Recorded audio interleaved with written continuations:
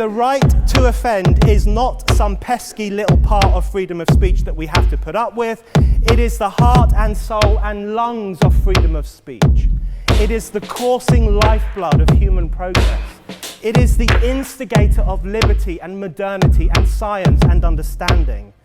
What a laughing stock today's student leaders are, that they can so casually dismiss the right to be offensive without realizing that their lovely, enlightened lives are the gift of individuals who gave offense. Offensiveness is not just something we have to begrudgingly accept. Offensiveness is the motor of human progress. Now broadcasting from the Right to Offend Media Studios in sunny South Florida, bringing you the latest in politics, current events, art, and pop culture.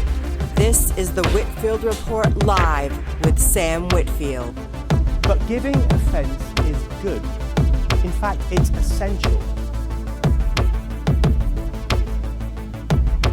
That clip is still a banger, because giving offense is essential. And if Brendan O'Neill ever wanted to come on the show, like, we would love to have him. I'm what's sure. crazy, Sam?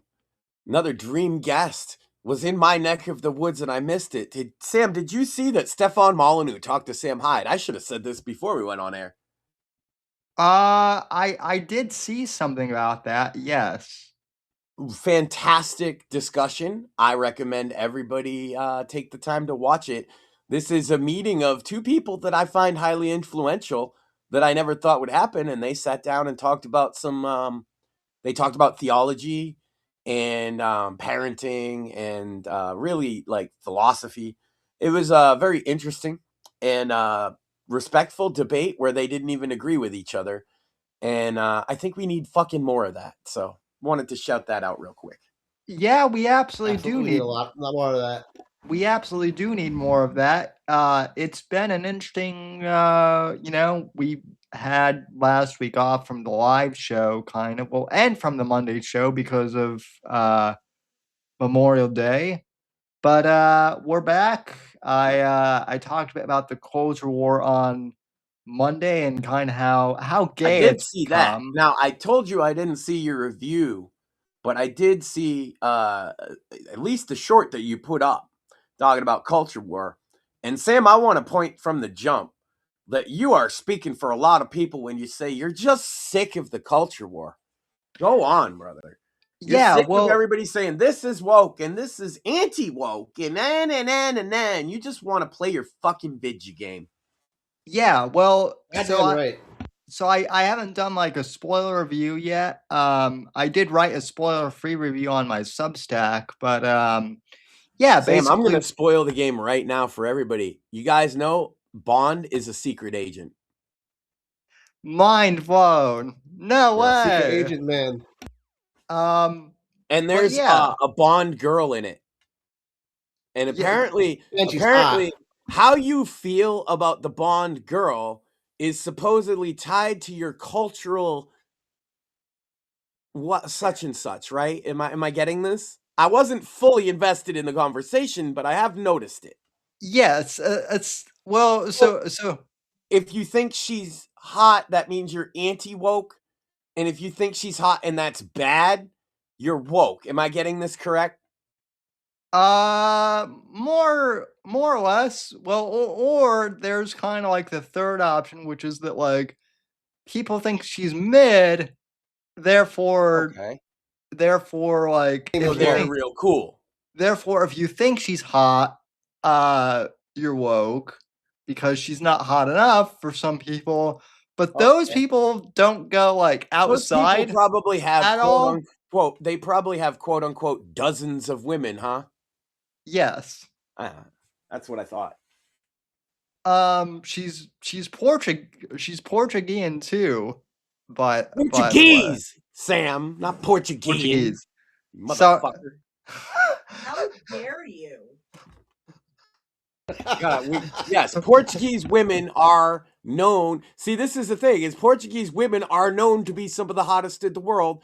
Literally, what do you think Brazilian is? Yes, well, the internet has discovered that. Now, They Max. discovered So Brazilian chicks in 2026. Well, aren't they geniuses? They and used to be on the fucking front of Sports Illustrated. But I'm sorry, what happened is we traded the Brazilian supermodels on the cover of Sports Illustrated for a fat chick in a thong that's actually a dude. yes, Womp womp. yes. So Correct. we have a Portuguese Bond girl, but she's also like not hot enough for like half the internet. And if you think that she's hot, you're woke somehow. I don't know. Okay.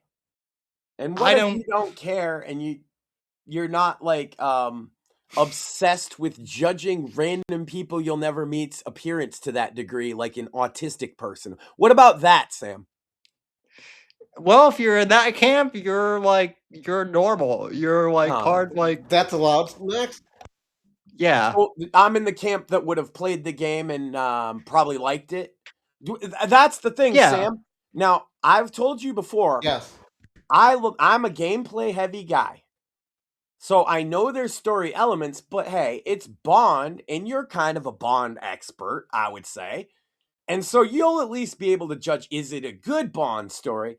So knowing that I'm a gameplay guy and the story, if it's too much for it's going to be too much for me, but also I do like James Bond, so you're a judge of that writing. Do you think I would enjoy the game?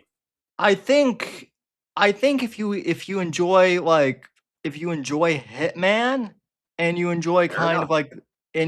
the kind of Well, it's the Hitman with a James Bond story and some cool gadgets and a yeah, I Bond girl, mean a yeah, Portuguese Bond girl. I don't see any problem with any of this. yeah, no, that there's no so the story is And so actually James Bond isn't a black lesbian. no, he's kind of like a British version of Shuley actually. Okay, so he's not trans. No, he's a Chad. He's a straight white male. Yes. He's a straight white male that bangs chicks. Yes. Oh, wow. We're going to have to cancel this game, Sam. And and also, No this is female protagonist at all? But what about girls, Sam? They might want to play the game as a girl, James Bond. well, it's funny. It's funny you mentioned that because there are actually like girl streamers who have played this game and they love it. There's plenty of streamers that'll play anything. Hold on. If you were to play would you play a game where you can't play as a girl but you're James Bond? Fuck yeah. Okay. Yeah, it's Fucking it's James good. Bond. Notice I didn't mention if the game is good or not, just like the idea itself of you can't play a girl or create a character or play dress up. There's a little dress up as I understand, but not very much.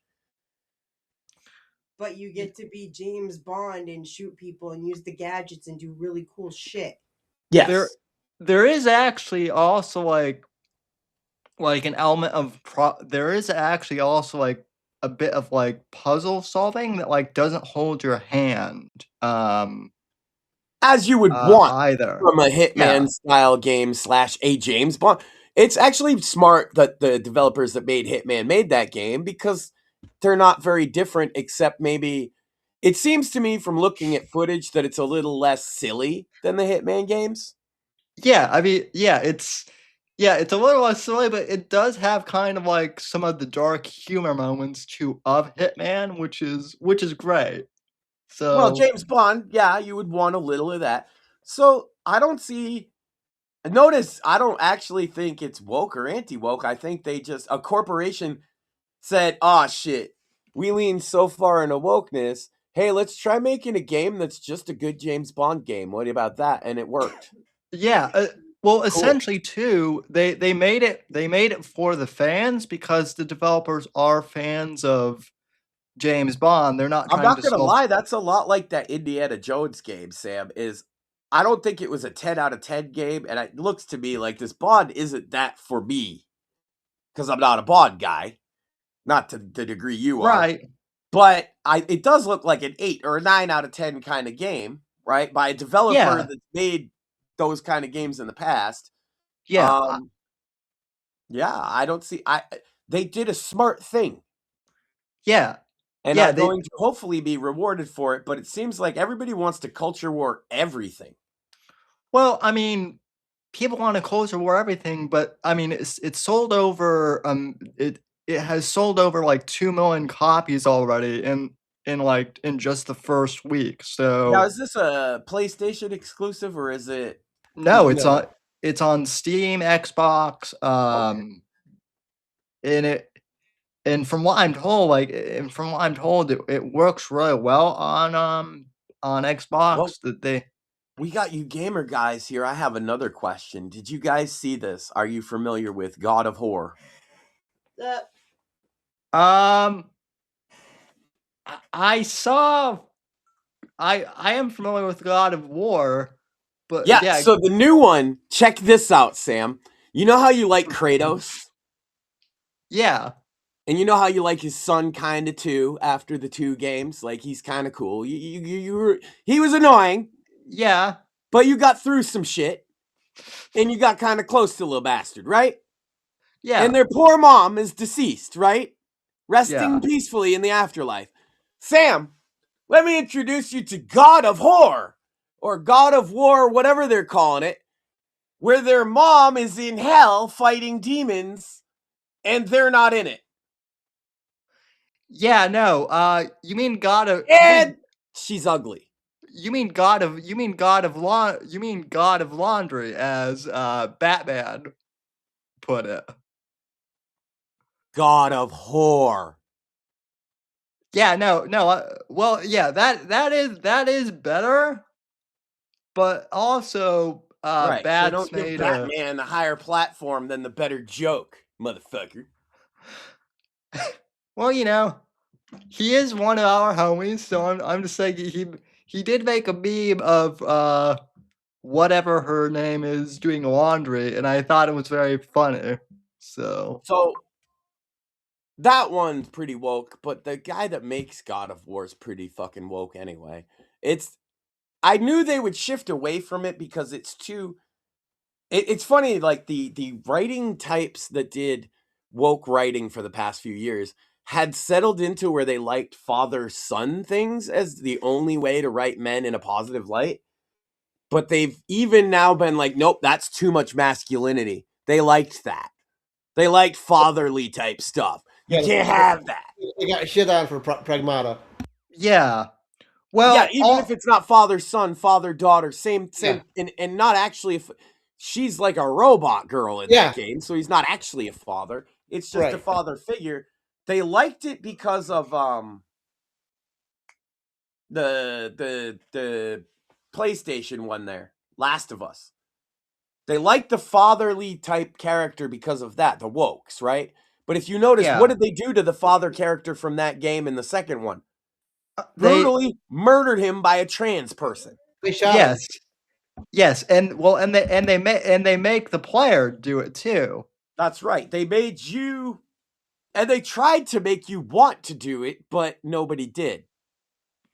No, and so here's the And thing that's is like I believe some of the same writing staff on this new God of War too. yeah. Well, and from what It and sounds from to me like Sony had a bunch of hits at their little showcase, and that was the big one, and that was the miss. I guess if you are fine with the man, they called the Bond girl mid. What do they call the God of War chick? She's what I would call mid. And it's funny yeah, because if you look at the actual actress that they used, She's smoking hot. she is way yeah, better looking than in the game. yeah, easily. I was even telling my wife that what is it? Cynthia Erivo. She might be weird looking, okay? But when they put her in video games, they literally make her uglier. I don't care what our audience thinks. I don't think she is this unattractive, ugly hobbit of a woman. I don't think she's a 10 out of 10, but I understand why she's in Hollywood. She's tall. She's statuesque. She has a face, okay? There's like, you can't deny these things unless you're fucking retarded. But then they put her in a video game and they like whoop her face. And they get it right every single time. Every single fucking time. Yeah. But Yeah, they can't well- get Deborah Ann Wool correct, really? And Well- she just ends up looking like a hobbit every time they put her in a video game, and she loves it. That's the crazy part to me. Yeah, well, you know, Hollywood is gonna Hollywood. She got angry when people took the. You got to come a little closer. She got angry when people took like the Made poster for Wicked that came out that was supposed to look like the playbill, but it didn't really look like it. So really talented like artists like recreated it with their pictures, right? But like made it look exactly like the original playbill one. So the hood, the hat is down more, like you don't see her face because that's how Elphaba looks. Because Right. she's looking down as Glinda or Galinda is whispering in her ear. And Cynthia lost her fucking mind. And like, they're trying to erase me. They can't erase me. Bitch, they are fans of Wicked and trying to make it look like the original fucking playbill that they know and love. They don't give a flying fuck about you, you fucking Gollum-looking, sacrilegious piece of shit. Yeah, and you notice I made a point not to insult her appearance because you don't need to. She's an awful person. Right. Yeah, well, You it's looked horrible in Jesus Christ Superstar. After Wicked, both her and Ariana Grande looked like they were fucking zombies. Like the life just got That's sucked out of because- them. So she looked bad in it, and that's not an attack on her. No, but there's that's a trend of Hollywood. Hollyweird, as Sam said. Okay, so there's Ozempic.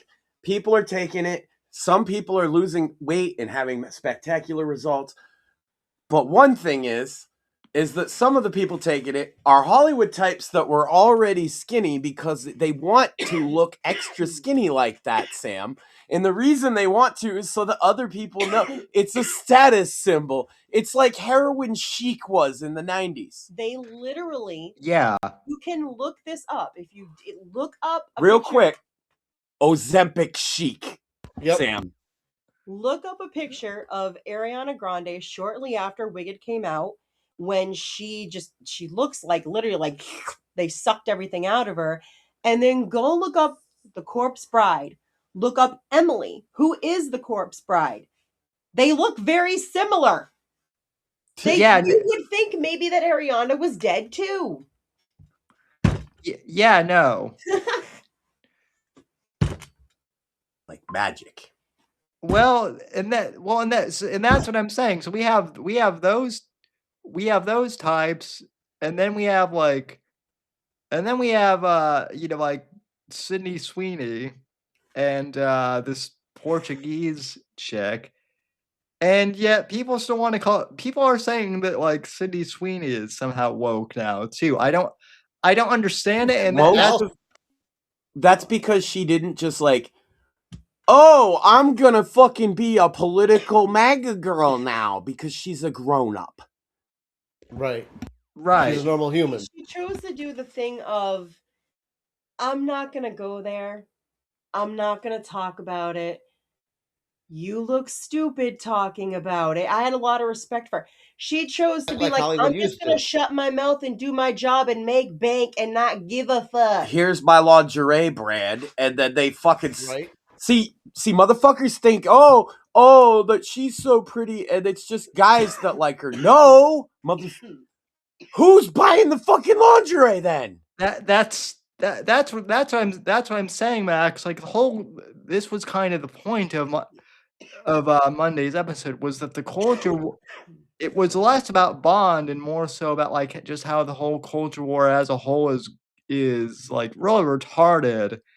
But like we've reached the retardation now that like basically Bond fans are like really happy with this game. Couldn't have asked for anything better. That's the gold standard, right? There hasn't been a banger Bond game legitimately since probably like Everything or Nothing was the last real good one. I would say like From Russia with Love, and that's because they got like Sean Connery to come back and do the voice. That was like back in 2006. Everything or Nothing was after that though. Oh yeah. And That was like it was because that was like 2007, 2008, I believe. That one was a banger in the third person style. It had those Bond moments. You remember that? Yep. Yeah. Those were peak. Yeah. That was My favorite though is Nightfire on the Xbox. Like, yes. we went Oh yeah. ape shit on double. First of all, 007 Nightfire has one of the best Bond theme songs that was not in a movie. I agree. I agree with that. So I actually have fond memories of playing. People want to talk how good the multiplayer was in GoldenEye, and for what it was in the day, like yeah, it was, but like I think people forget how awesome the The multiplayer in jump to Nightfire two was too. thumbsticks with basically the same engine but looking nicer and really refined gameplay because they had already made GoldenEye. Yeah. Yeah. Well, Or the GameCube, specifically the GameCube and the Xbox versions of Nightfire are like those were multiplayer of that generation games. Those yeah. were ones you had to have if you had 4 boys over. Oh yeah. Oh yeah. Those were games that like that Also, and I don't they care what you nerds think nowadays, I'm right. Sports games. And if you think that sports games don't have a place in gaming, I think you don't. I would agree with that. I would Now, agree just with. because they all suck now, that's because of corporations. But sports games helped gaming go from nothing to something in America almost more than anything. Well, sports People games. bought Nintendo because they saw baseball and Tech Mobile.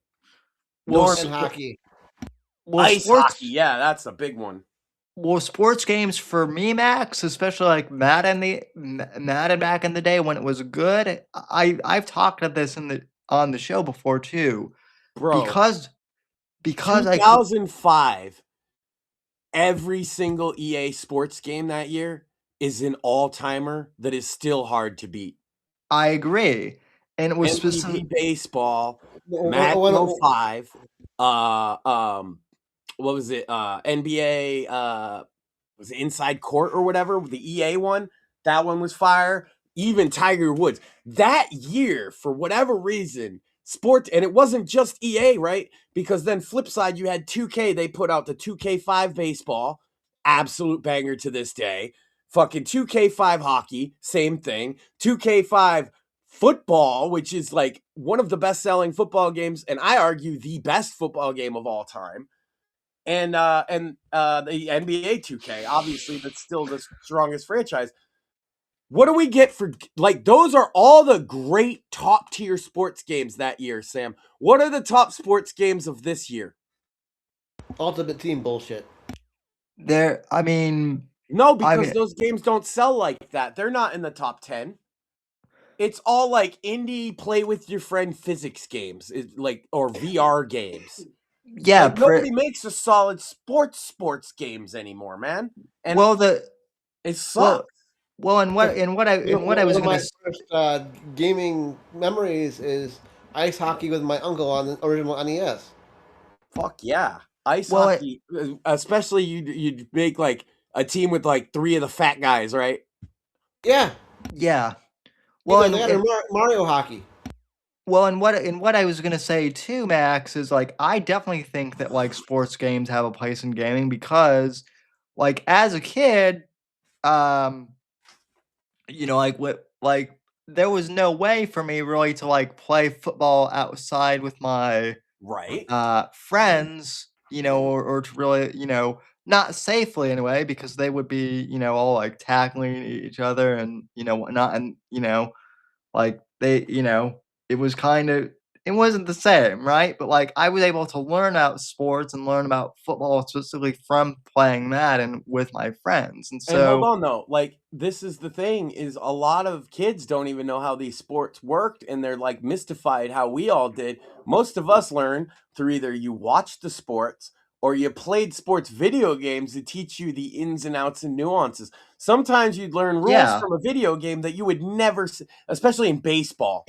You come across some really weird, odd things in baseball that are real rules, right? Right.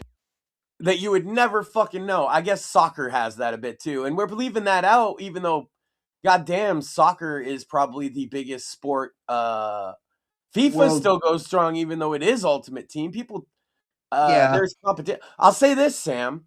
Konami's putting out a baseball game in America, so there is That's going to cool. be a competition for the first time in a long time. Oh, And let's be real. I shit on the Ultimate Team games all the time, but that's mostly because when Max and I grew up, we had sports games that didn't need that shit. But Those are the here's games the that I thing. remember. Here's the thing: is it's not the Ultimate Team that ruins the game, Mort. I understand that that's like a gamer buzzword that they love to throw out, but the reality is it's not the Ultimate Team that's ruining it. That's just the revenue stream keeping the games alive. The reality is they just have they don't care to innovate. They don't care to make Right. the game fun like it used to be. It's a machine. They got to get it out every year, whether. Dude, if it's a hard year to develop, doesn't fucking matter, right? yeah. Madden's got to be out in August every fucking year. Yep. Yeah. Yeah. Oh, did the hardware upgrade? Doesn't matter. New Madden must be available. And so yeah, like the other modes of Madden, I wouldn't say that the thing is, Sam, is that they're stale. Is that you could play Madden 2016 and you can play 2026, and the difference is very marginal. Yeah, absolutely. I think I got like I think the last Madden I have is like Madden 23, and I got that because that was literally the one that like came with my PlayStation like gift pack when I Well, got it. how So, about this? How about this? Another sports game that got people into gaming: NBA Jam oh or yeah, NFL Blitz yeah, I or remember. wrestling games in general. Yeah, absolutely. Underrated. I would say I don't have 2K26 WWE, but I'm not gonna lie, Sam. They've been the last couple of years. I have 2K25 and 23. I think really quality. Like I now they I put out a real shit stain in 2K20, but I didn't buy that one. yeah. But since then, they've been pretty good. I like some of the new story Yeah. modes where they have you Two K like, 20 is the one that got memed to hell. yeah, 2K20 was bad, but that's the funny thing. 2K19 was okay, but 2K, I think they came back in 23. It was good. Like they took the 2 years off or whatever and made a better game. And I think that would benefit sports games. Or here's what I'd like, Sam. They're finally doing something I've wanted for years. And I brought up sports games specifically to talk about this. I watched a video. What was his name? The guy that did the backyard baseball. Therm? Yes. Therm. He did a season of backyard baseball, which is like a nostalgic ass game for me. As a PC gamer and a baseball guy. If you never played backyard baseball, one, they just re-released it on Steam, and it's still great. And two, it's one of the most fun sports games that's ever existed. Nice. You pick your different kids. There's a meme, Pablo Sanchez is the best player. I never pick him because he is the best player. But all the kids have different like personalities and they shit talk each other. And you're more playing as the manager. You know what I mean? Yeah, yeah.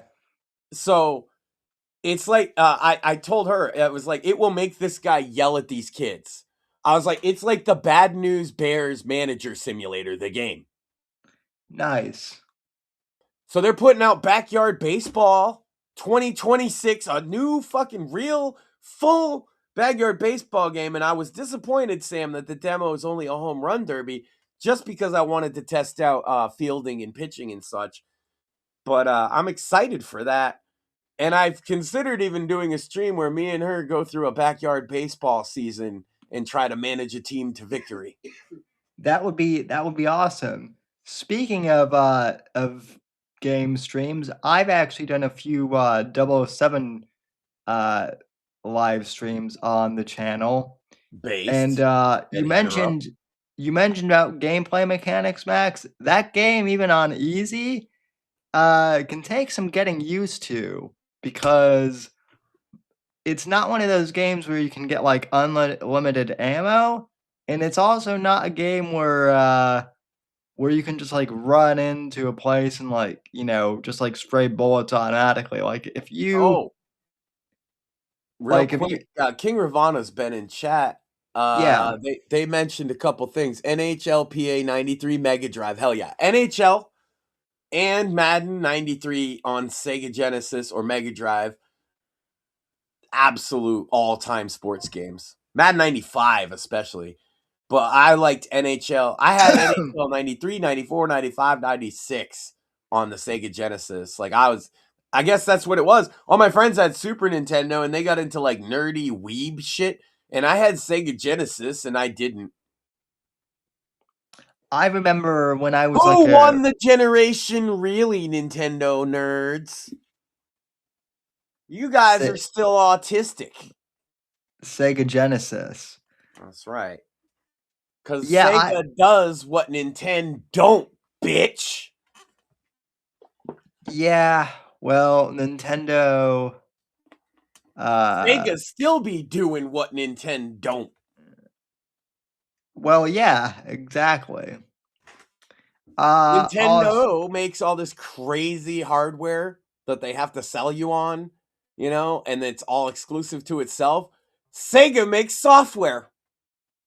Who won? Yeah, Sega. No, Nintendo, because they've sold 1 trillion Switches, but still, I like to think Sega won in my heart, Sam.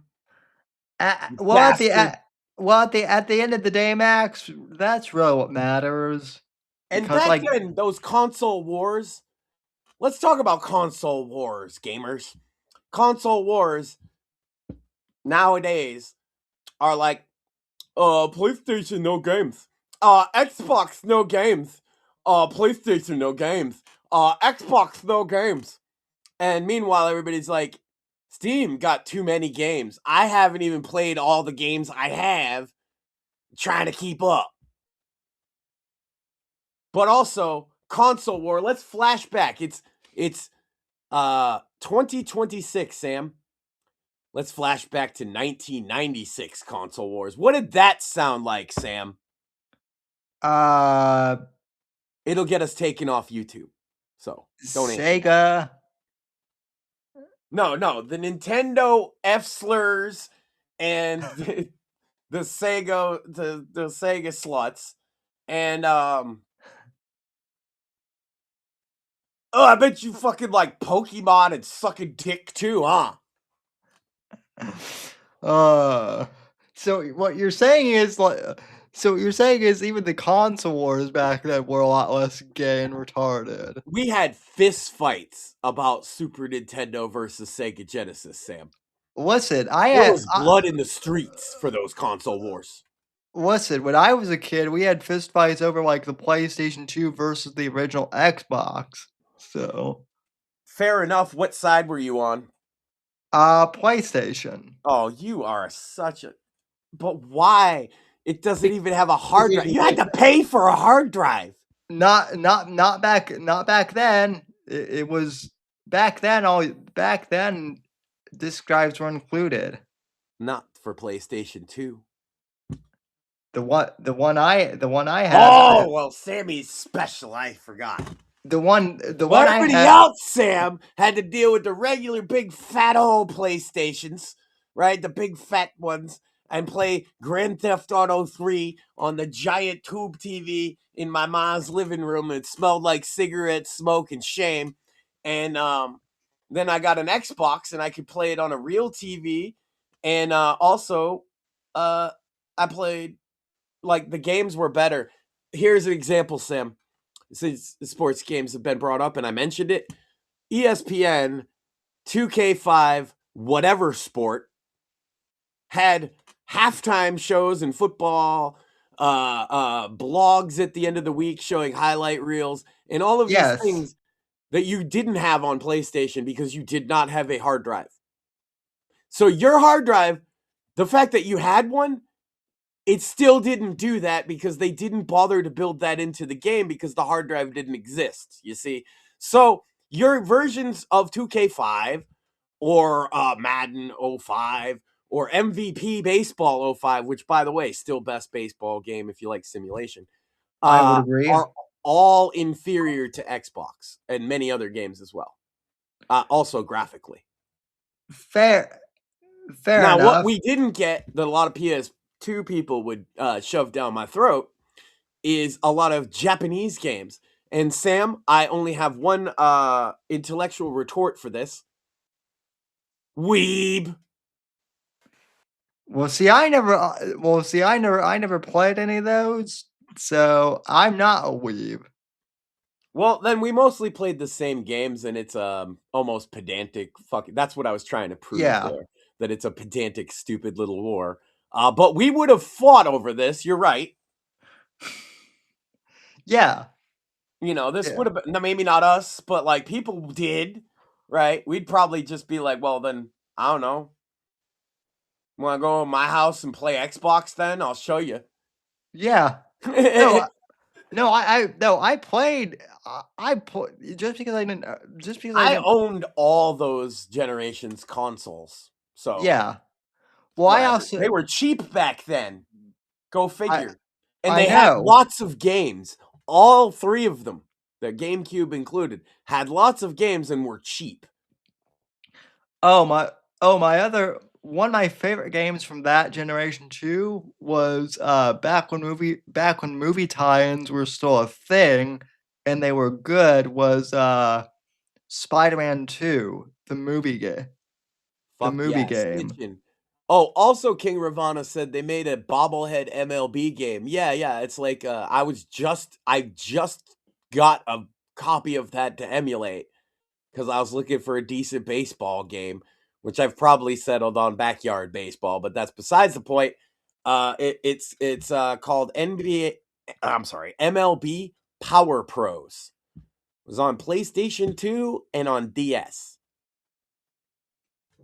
It has a story mode where you can get abducted by aliens, but it's an officially licensed, and you can date the daughter of the team's recruiter to raise your chances to get recruited. Nice. This was an officially licensed MLB product with bobblehead players. And then you go through 3 years, I think it's like 3 years of college to try and get drafted to your favorite pro team. That's that's the And the type of whole time you have to study, you have to go to class, you have to talk. It's like a life sim. See, those are the good ass. See, that's a Japanese game, Sam, and that's what I'm saying. Some Japanese games are awesome. That's why I'm excited for the e-baseball that Konami's going to publish. Because MLB The Show has been basically Ultimate Team as well. It's just not made by EA, but it has basically the same mechanic. But also the baseball has been shit for quite a long time. If anybody's a baseball fan out there, there's been no good games. I did play Super Mega Baseball 4. I just won the championship, Sam. That game's fun, but that's not MLB, and it's a little bit arcadey. I mean, Fun game though.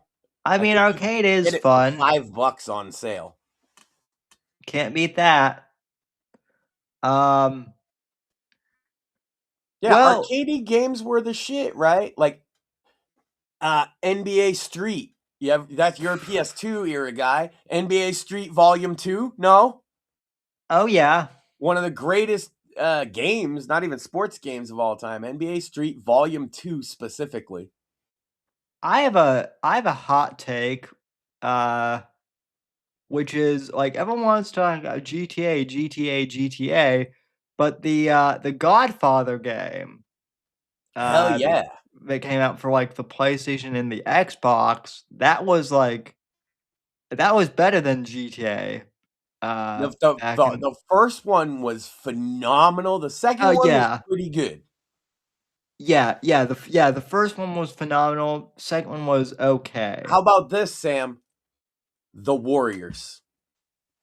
Oh yeah, the First of Warrior. all, one of, if not the of my favorite movies of all time. I made my wife watch this within a year of this broadcast. No? Mm-hmm. Yeah. What did you think of the Warriors? You laughed, you cried, we went on a roller coaster. Bitch was a fucking cunt. She got that dude fucking killed, and she was playing that other guy around, and she was just a fucking little fucking bitch. And they wouldn't have dealt with some of the fucking shit that they dealt with if that fucking bitch had just stayed home and mind her fucking business. Stay home, bitch. Or even just kept her mouth shut in the first place. Why you are a tiny little fucking woman and you're walking out to these fucking gang members and you're like, and your brother is a member of one of the gangs that is like the weakest fucking wimpy pussies in existence, who are just like, you know what, you're just trying to get away from that shit. You go, we got no beat. Who do you think you are, bitch? Get in the house and make me a sandwich. What the fuck? I'm sorry. So yeah, and the game, I think I should make you play the game now.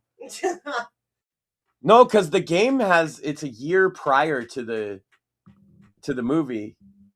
Like, it's a whole bunch more story that you're not familiar with. Anyway, Warriors was a great game and movie. I did see the movie in college like 10 years ago now, literally. Watch it again and then tell me about modern movies. And how stupid that bitch was. Well, she is pretty stupid. They're pretty stupid, though, when they fall for the girls who are, like, clearly just seducing them to fuck them over. Yeah, I'm just like, they gotta be virgins. How do they not see? Most of them are dykey. What is going on?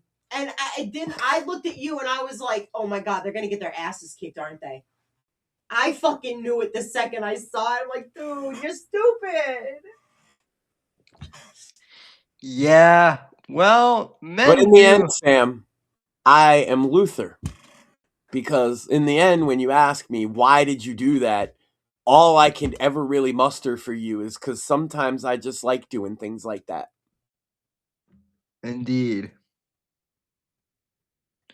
Yeah, sometimes the world needs a little chaos, Sam.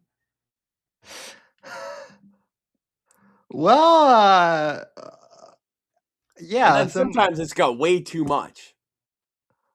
And so it needs a jester to laugh at it with and about and at and such. Yeah, well. That's where I come in. But secretly, we're doing it to fund our war against the lizard men, and never fucking forget that, Sam. Well, I mean, you know. Well, of course, we're still battling the lizard man, Max. But speaking of people battling lizard men, I guess Spencer Pratt is actually like. He hasn't won the LA mayor's election, but it's looking kind of close from what I'm. He overperformed in the primary, which is really, really promising. And I'd mentioned this before, and I didn't get a chance to last week. So if we're bringing it up again, I had mentioned Spencer a few weeks back, and I remembered him from a reality show, Sam. And when I was a kid, the name just kind of rang a bell, and I thought to myself, you could see, I'm the kid from the wrong side of the tracks, you know what I mean? And I remember that motherfucker being the kid from the right side of the tracks with a lot of advantages from Bel Air. And so that's the meme of him I had in my head since him and, what was their name? Heidi had a show when I was in high school. And he represented to me what I called the richies or the preppies, right? The people that I really had nothing in common with.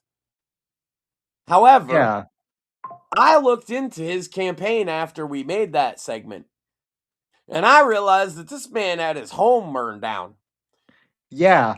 He's one of those people that I was screaming at nobody in particular except Karen Bass to get something fucking done so their houses wouldn't burn down, or to give them some help or justice rebuilding once they had. And so he literally represents the people I was talking about. And so I retract any jokes I made about him. I am fully endorsing him. He's the type of guy who would probably laugh at the types of jokes that you. Well, I would like to have a conversation. I'd still be like, yeah, I mean, we have nothing in common except one, we hate communism. So that wins me over.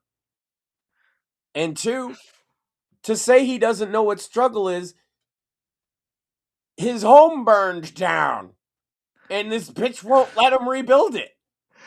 That's Well, as struggle as it gets, bro. Money can't even save you from that, as he's found out.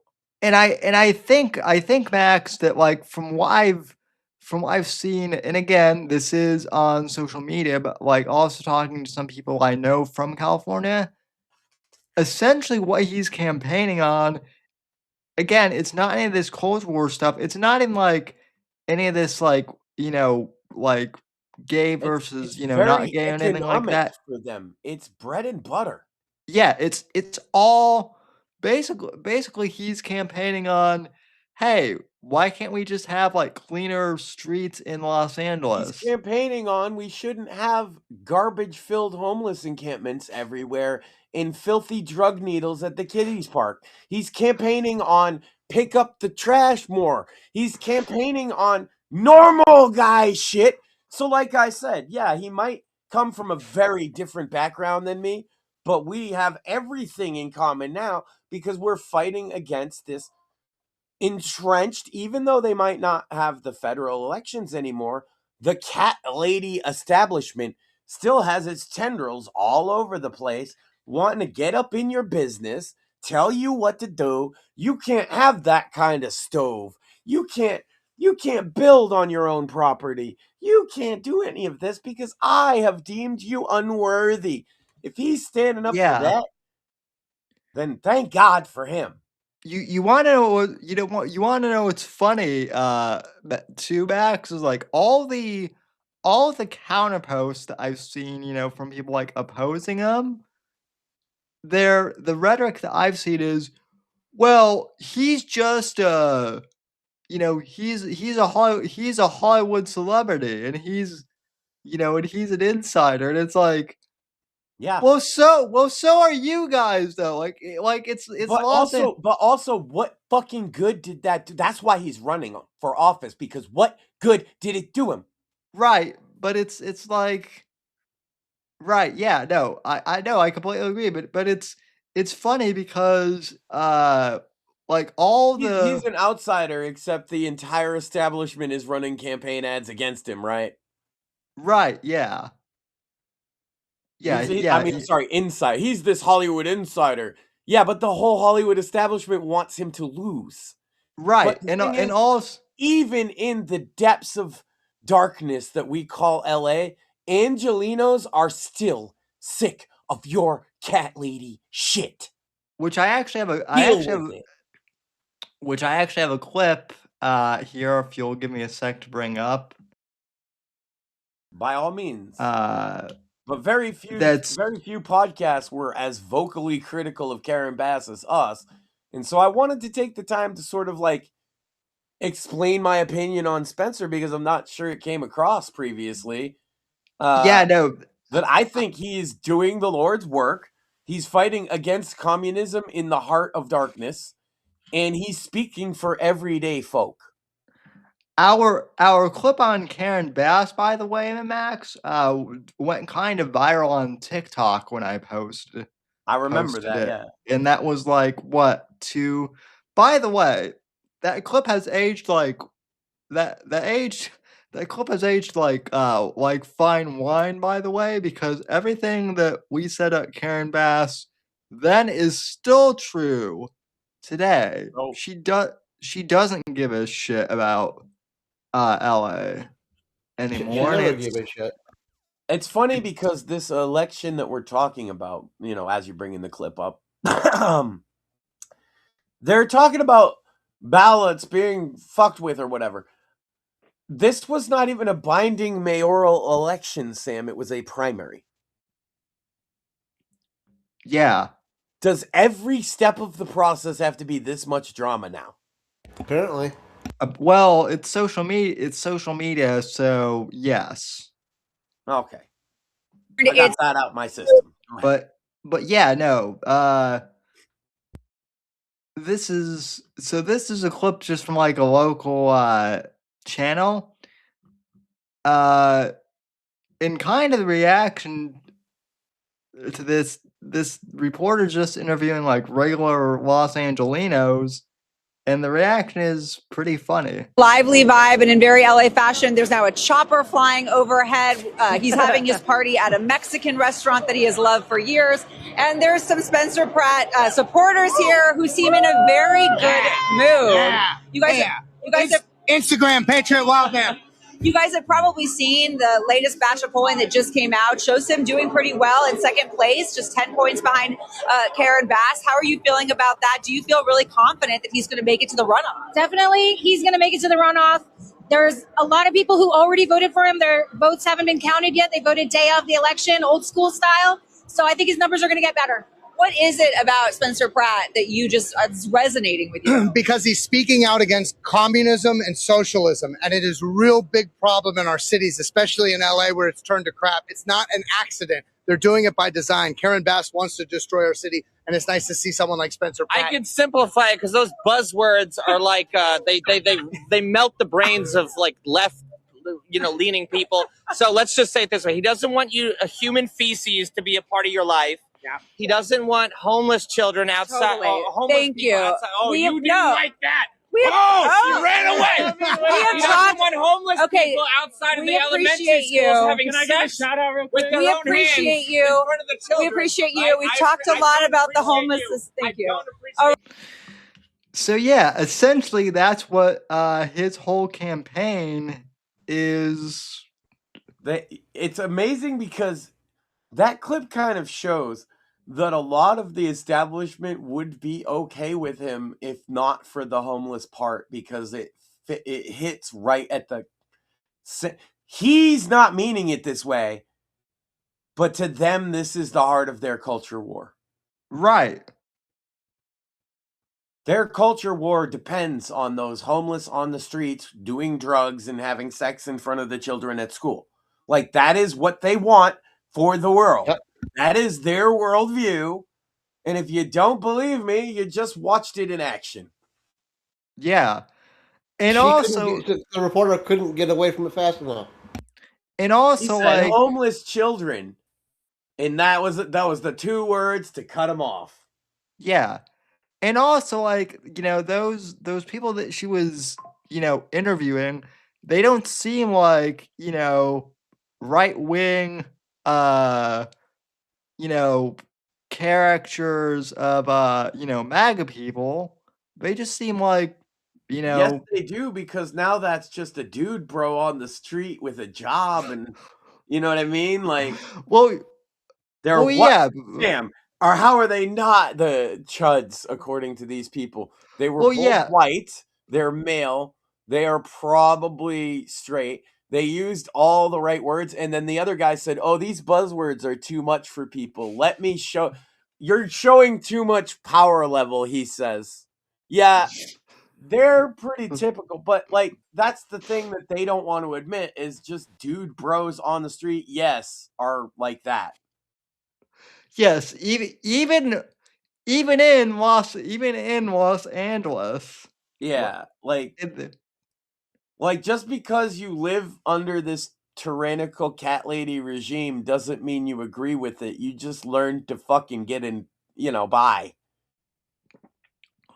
Well, and that's always been our audience though too. Is just like the average like normal, person. Well, that's why my policy has always been free to homies. And what I mean by that is the homies is anybody being oppressed by cat lady bitchery. And so Yeah, right now, we need Spencer Pratt to free the Los Angelino homies, yeah, absolutely. We we actually got like or I should say, on TikTok, I got like DMs from people thanking us for acknowledging that because a lot of conservatives, at at least some of the more popular ones, they dismiss all of like California as just like this, left wing, place, and Well, you I mean, know, even intellectually, they know like Northern California has different voting patterns and things. right, They still write the whole place off like, oh well, you live there, that's your own fucking problem. But there are people that just can't leave or don't want to right, leave, shouldn't have to fucking leave. no, Spencer's one of those people. He doesn't want to leave the place he's lived, I think, all his life, right? he's a native. So why should he have to leave? I don't understand, like, because, oh, well, you don't like the policies. Well, then what do they tell you to do? Say something about it. Speak up. Find other people that agree with you. Run for office. He's doing everything right. Yeah, he is doing everything right. And like I said, he's talking about issues that people, care about. It's not this whole, culture war thing of Iran or, you know, how based So, is am I yeah, compared to how many Trump? times have I seen him mention Israel? I don't even think I've seen him mention Israel once in any of the campaign stuff that I looked at. No, no. Why would he? He's not running for mayor of Israel. He's running He, for mayor of Los Angeles. right, yeah. He's not in talking like any of like the transgender, stuff or any of Well, that. no, He's because he's trying to be their mayor too. right. Yeah, Right, right, exactly. right. That's what And I'm sure he's lived around more of that than most of us for his whole life if he's lived there. Like trans is part of the scenery in Hollywood. Are you kidding me? oh yeah, absolutely. It is what it is, right? I'm sure he doesn't feel as strongly about that as say we do in different contexts, right? But if I reckon like there's no issues of like schools transing kids behind backs or something. I'm sure he'd speak up against stuff that he didn't think was right morally in that specific situation. But what is the point of him talking about that issue when there is a substantial trans population he's trying to be the mayor of? Right. And And I bet you a lot of them care about the garbage pickup, and I bet you a lot of them care about the homeless people. And I bet you a lot of yeah. them don't want to step in poop too. Yeah. That's Weird that they're human beings. yeah, so exactly that's kind of my point is this whole culture war thing has kind of I don't want to say it's played itself out, but it kind of has more or less because people, you know, You can't keep the masses consistently outraged. It's not going to work. People no. go through phases of that. The perpetually outraged stay outraged.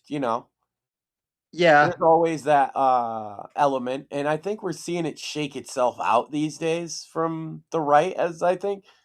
And what will really determine the tide of the discourse on the right, I think, is the 2028 primary. Are we still watching? Is that over? Yeah, that's kind of all I wanted to show from that. So, Okay. I was just um wondering. I but noticed that we were very tiny, and I was like, well,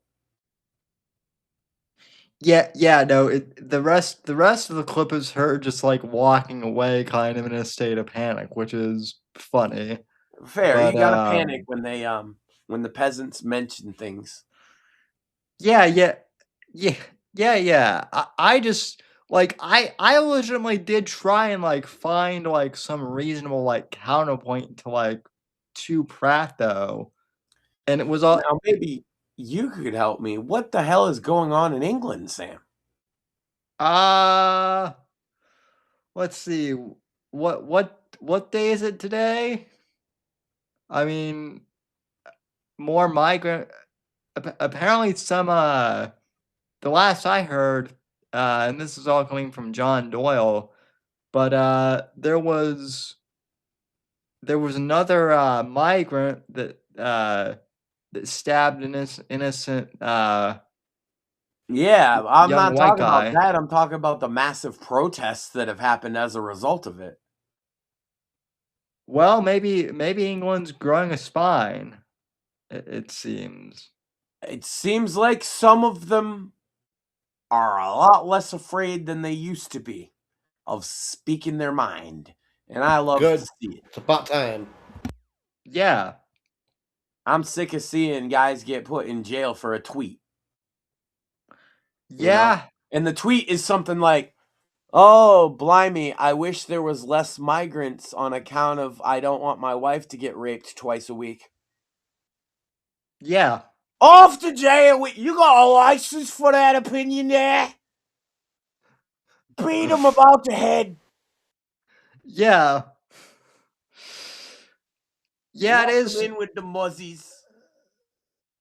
Yeah, it is. It is kind of sad that like that England basically has turned into V for Vendetta I'm at this sorry, point. but our show 10 years ago ish got took off YouTube because my British friend from Manchester, England, might have been 2017, so it might have been 9 years, but complained about too much immigration leading to a terror attack that happened at his fucking the building right down the street from him.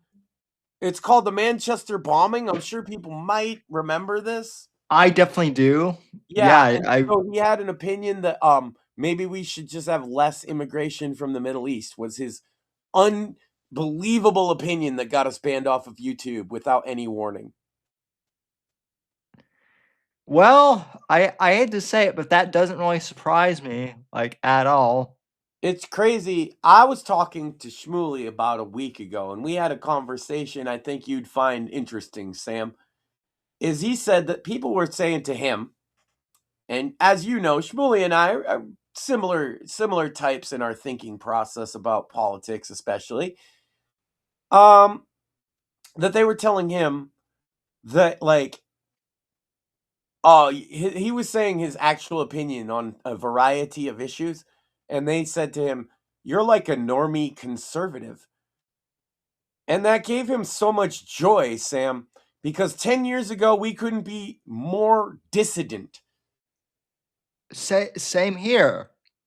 Before Donald Trump ran, first of all, I was the first. I came on the show the night he came down the escalator and announced and was like, "I want to endorse Donald Trump," and everybody laughed at me. I said, "No, I think he's gonna win," and they were like, "Yeah, okay, that's a fun meme," and they all got in on the meme, but nobody believed except me. And then I It made the case of why though, and I won over a whole bunch of libertarians, and I won over many people over the years. It's sort of the Maxian position. That's what that I used to call a show that. It's because Asa J called it this. And that position is anybody who starts talking about immigration in the sense of deportations and like closing the border has the potential to get more populist votes than ever before seen. I and And see I've been like consistently right about that, Sam. yeah, and see like this is one of those things where like I wish I had known you. I wish I had known you back then um because The back man then has made himself important. The man and the message can't be separated. But Sam, my prediction was bigger than Trump because I think it's still true. If we lose sight on the right, if we start sniffing out Israel this and foreign policy that as everything, and lose sight on like immigration, kitchen table issues, loosening government restrictions, lower taxes, smaller government, things like that. If we just let that go, we lose it all. Yeah. No, I completely agree. That's kind of what I've been And we stop apologizing for saying we want to deport people. yeah. Not that we are personally. Well, But I mean, America in general shouldn't feel shame about kicking people out who got in illegally. This is crazy talk. Yeah. Well, that's why, Max, I get so frustrated when people like specifically that's why, Max, I get so frustrated when Tucker Carlson and Candace Owens and like all these big time podcasters, they want a purity spiral about, you know, about Trump's not based enough and Trump's not, whatever and whatnot. It's like it's a content farm. Yeah, it's a content farm, but like it's a content farm for them, and that's cool for them. But it's like I don't want the left back in power because that's what will end up happening if we continue infighting. No, they're gonna shake themselves out. They're becoming less popular by the day, and you can see it. Yeah. I still get people in my DMs who are like, "Did you see this clip? And why don't you talk about this? Why don't you talk?" I'm burned out by a lot of who fucking cares what some crazy black broad thinks? Honestly. Yeah. Why are you so invested in this? Not you, but the people bringing this up is like, the fuck, who cares? I thought that bitch was crazy 10 years ago. Yeah. Alex Jones, yes, he's very funny. Yeah. Alex Jones is very funny, but he's my God, so is Bozo the fucking clown, and I don't listen to him for my hot takes. You know what it is, Sam, is people have not been using this thing called their brain for so long. They long for internet to tell them thinky thought that they're supposed to have so that they know what to thinky thought. Because otherwise, it's just a blank. Well, and the other thing. How could I sift through knowledge and evidence and reason and logic to come to any type of conclusion without a TV telling it to me? Well, and the other thing too is commentary has changed a lot from when I started, as far as like when I started listening to like Rush, I never got the impression that he talked down to his audience or he told them, or told them explicitly what to think. He laid his opinions out. Now I ask you, dear listener, to hear me out on this issue. Is a common way he would put things. Now I ask dear listener, right? When he's gonna hit you, this is an old Rush trick. When he's gonna hit you with an untested, not unpopular, but untested, or maybe unpopular, that's how he starts. He says, now, dear listener, if you would just hear out for a moment, I have a thought on this issue. And then he would lay out his point. Yeah. That's not talking down to audience. No, he's begging your attention for something that might be out of the ordinary. And I do that when he's just making things he thinks you're going to agree with, by the way. Listen to enough Rush, you see he's a master of that. When he thinks that his audience is going to agree with him, he doesn't ask for their permission. But when he thinks that they might disagree, he's like, hey, just hear me out in the politest and most professional way possible. That's why he was the fucking king. Yeah, and that's why he's irreplaceable. And honestly, like commentary is kind of it's gone downhill largely as far as like the big names without him in it. I don't see. I mean, Tucker continues to LARP as like a fake New Englander, which I'm glad people are finally like realizing that it's fake. Like yeah, we're done. We're kind of done with that. It is shaking itself out. That's why I think people are also filling their time with less and less of that, and Because I see a lot of political people complaining about their numbers going down. And I don't think they've considered that it might just be across the board. People are just sick of yapping at them about politics. Yeah. You know, like they'll get your message in 3 minutes. They didn't need the 2 hour. Like that's why what we're doing is we understand that there's a flood of the market of this kind of shit.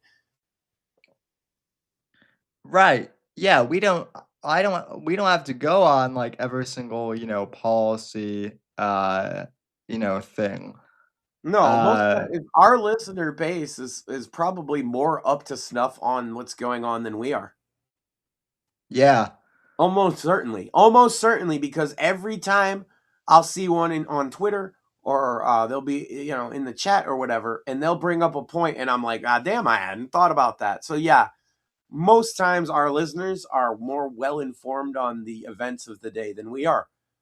But I think that's why they like it. Yeah. We talk Yeah. more about meta issues and also just make dumb jokes and sometimes mix those two together. Well, there's also so much to like sift through now. It's kind of hard to cover everything up though. I do want to ask you though, since you kind of brought it up, and we missed it last week. Hassan Piker is in panic mode right now because he got called to testify. He got subpoenaed.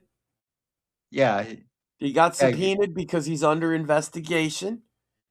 This doesn't mean that he did anything wrong. We don't know. That's why they have an investigation. I don't want people to get the wrong idea. But Hassan Piker has been subpoenaed by the FBI.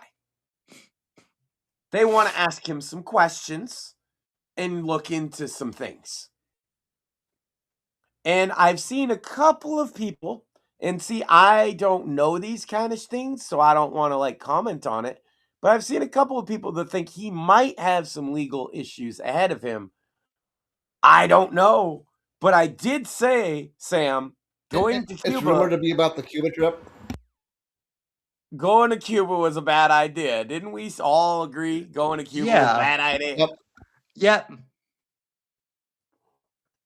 Well, it seems like the federal government also agreed that was a bad idea, and now they know who Hassan Piker is.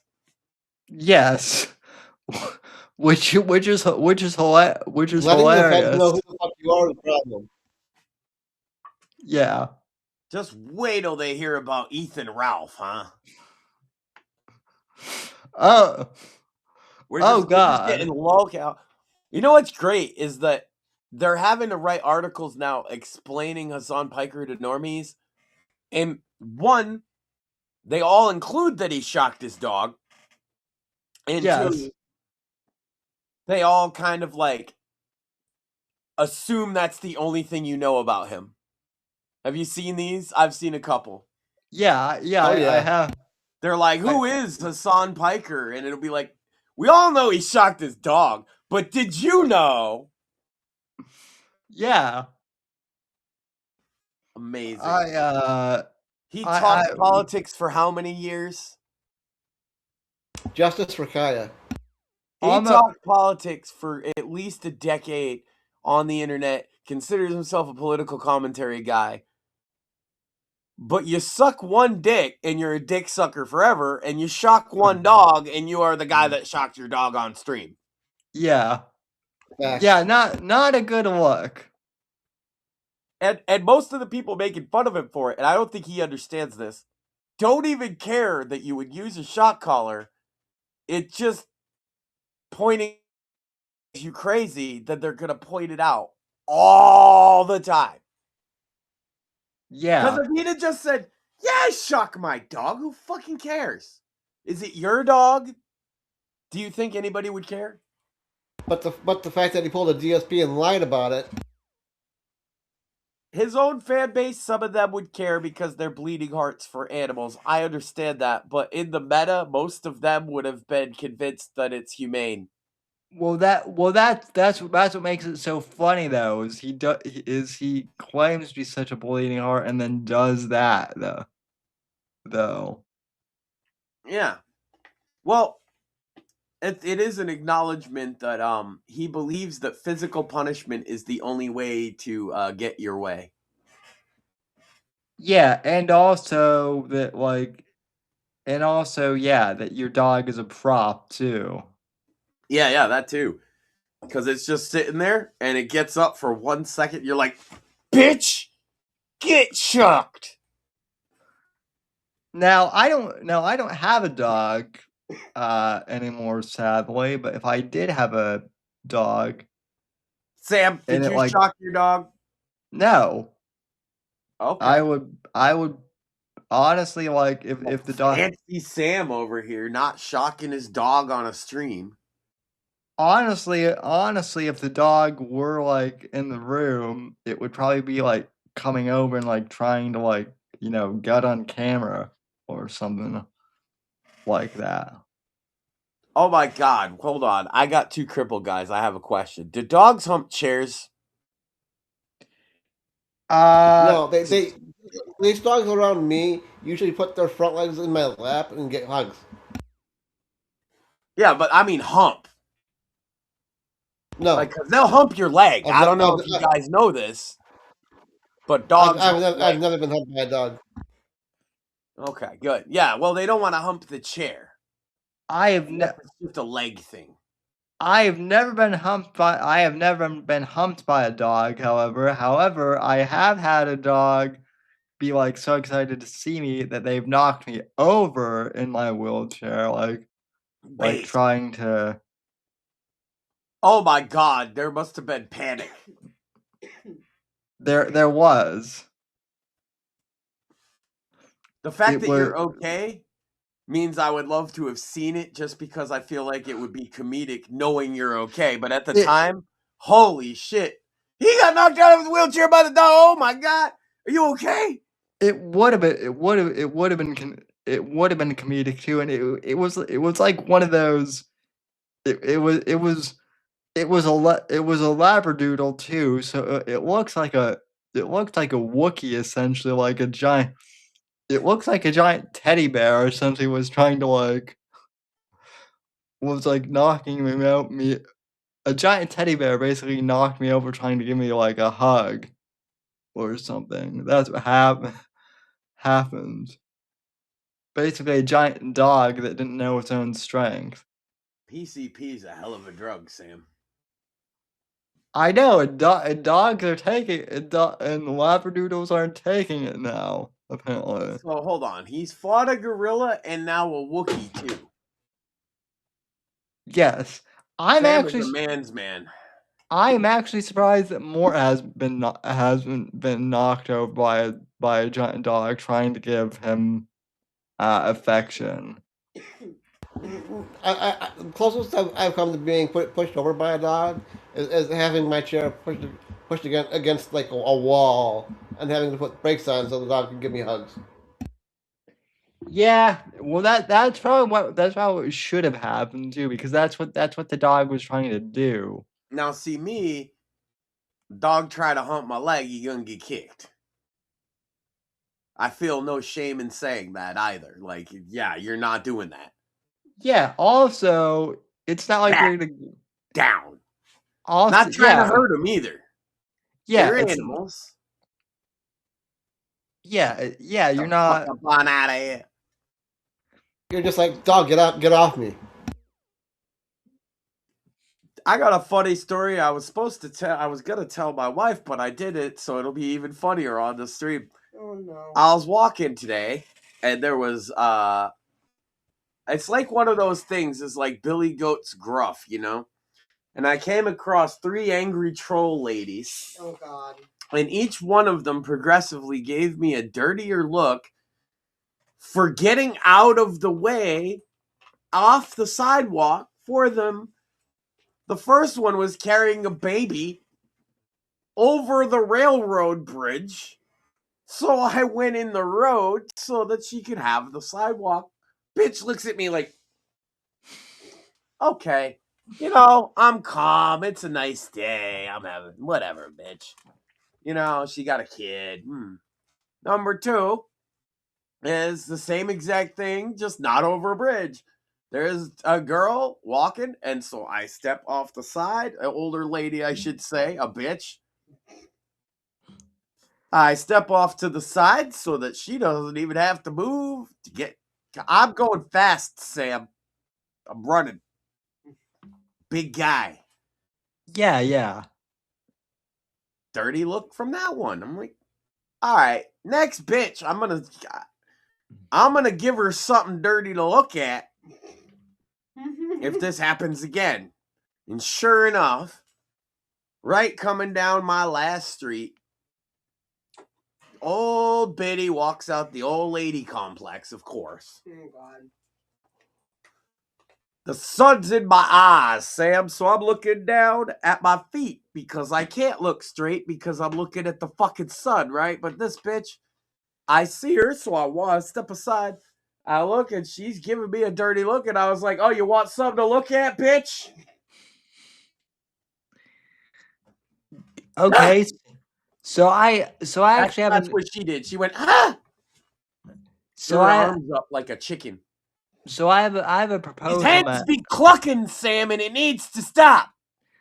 So I have a proposal, Max. We not only need to deport Now you're migrants. gonna give me a dirty look. We not only need to deport migrants, Max. We need to deport Karens too. And fast. Deport Karens now. Yesterday. My man Max, he's Look, they want to be around African migrants. What if we just sent them to Africa, Sam? Problem fucking solved. Sounds good to me. I would agree. We have to have a comprehensive Karen test, though. What do you think? What do you think the test would be, though? Well, we'd have to actually determine if this person's a Karen or just a little bit of a bitch, right? Because there's a fine line at a certain point. Like some of these Karens that you see that people are like, oh, video of a Karen is just a lady having a bad day. Right. Yeah. I'm talking a Karen. Like you got to know that this is like their life's commitment to making everybody's life miserable around them because they want to moral fag everybody else and have this, oh, I'm so moral and you have to live up to my standards. Who declared you God, bitch? Yeah, no, I agree. Those people, that's what I'm saying. Those people are the ones that, along with Yeah, migrants, need I to don't get. know what the test would look like, Sam, but I think we'd have to develop a comprehensive Karen screening process. Well, all I'm saying, Max, is it kind of seems like that, those ladies who gave you, dirty looks kind of fit in those, categories. That's Well, yeah, that's if you treat male politeness as a problem, you're a Karen. yeah, absolutely. Now, I'm not sure why any of their dirty looks came, by the way. I'm honestly not sure why I got those dirty looks. If for 1 second any of their minds, it was because I was like, wanted something out of them, they are sorely mistaken. But of course, it's all older, fat women who would think that, huh? Yeah. Well, no, bitch. I just stepped off the sidewalk, so the reality is I wasn't even trying to be polite, Sam. I just don't want to break my stride. Exactly. Do you ever and I don't know if this is like too personal to ask on a podcast, but I know you're a, you joked you're a giant. Do you ever feel prejudiced because of Do that. I ever? Oh my Of God, that. yes. That's what I think that the looks are. Well, because because like I have family members who are I smile. I say hello. I'm polite. I say sir and miss or ma'am. Uh, I'm not an unapproachable, intimidating guy, except that I'm large, and that's enough for people, yes, to give me dirty looks and fucking want to start shit with me sometimes. yeah, I have Sometimes there's a little guy that just wants to fight you because you're big. I that's never see big guys that want to fight you because you're small, but I always see little guys that want to fight you because you're big. which I don't know, as someone who has tall guys like in my family, it's it's weird, right? Because like I have no problem with the tall guys. Hell, the tall guys are the ones that like usually like help me reach stuff that like Oh, my it's women and Yeah, modern tall guys are men. great. It's women and modern men, and it's usually fat older women who do that. Like I'm polite to tons of women throughout my trips around town. I It's know, only the I old believe it. what? I said I believe it Yeah, that yeah. you're But that you're but polite. you know, it's like, oh, hold the door, blah blah blah. People ask me to get shit off high shelves at a store. Obviously, I'm gonna do that. That's usually like sweet old ladies and shit. You know what I mean? Or Yeah. younger women who are like my wife, are maybe not the tallest person in the world, and they know that I am, and they see me, and they're like, "Hey, could you help me?" And yeah, it's not a big ask. Okay, that kind of thing. But like, it doesn't matter. Like, there's some women that just refuse you to be polite to them because they're stuck up cunts.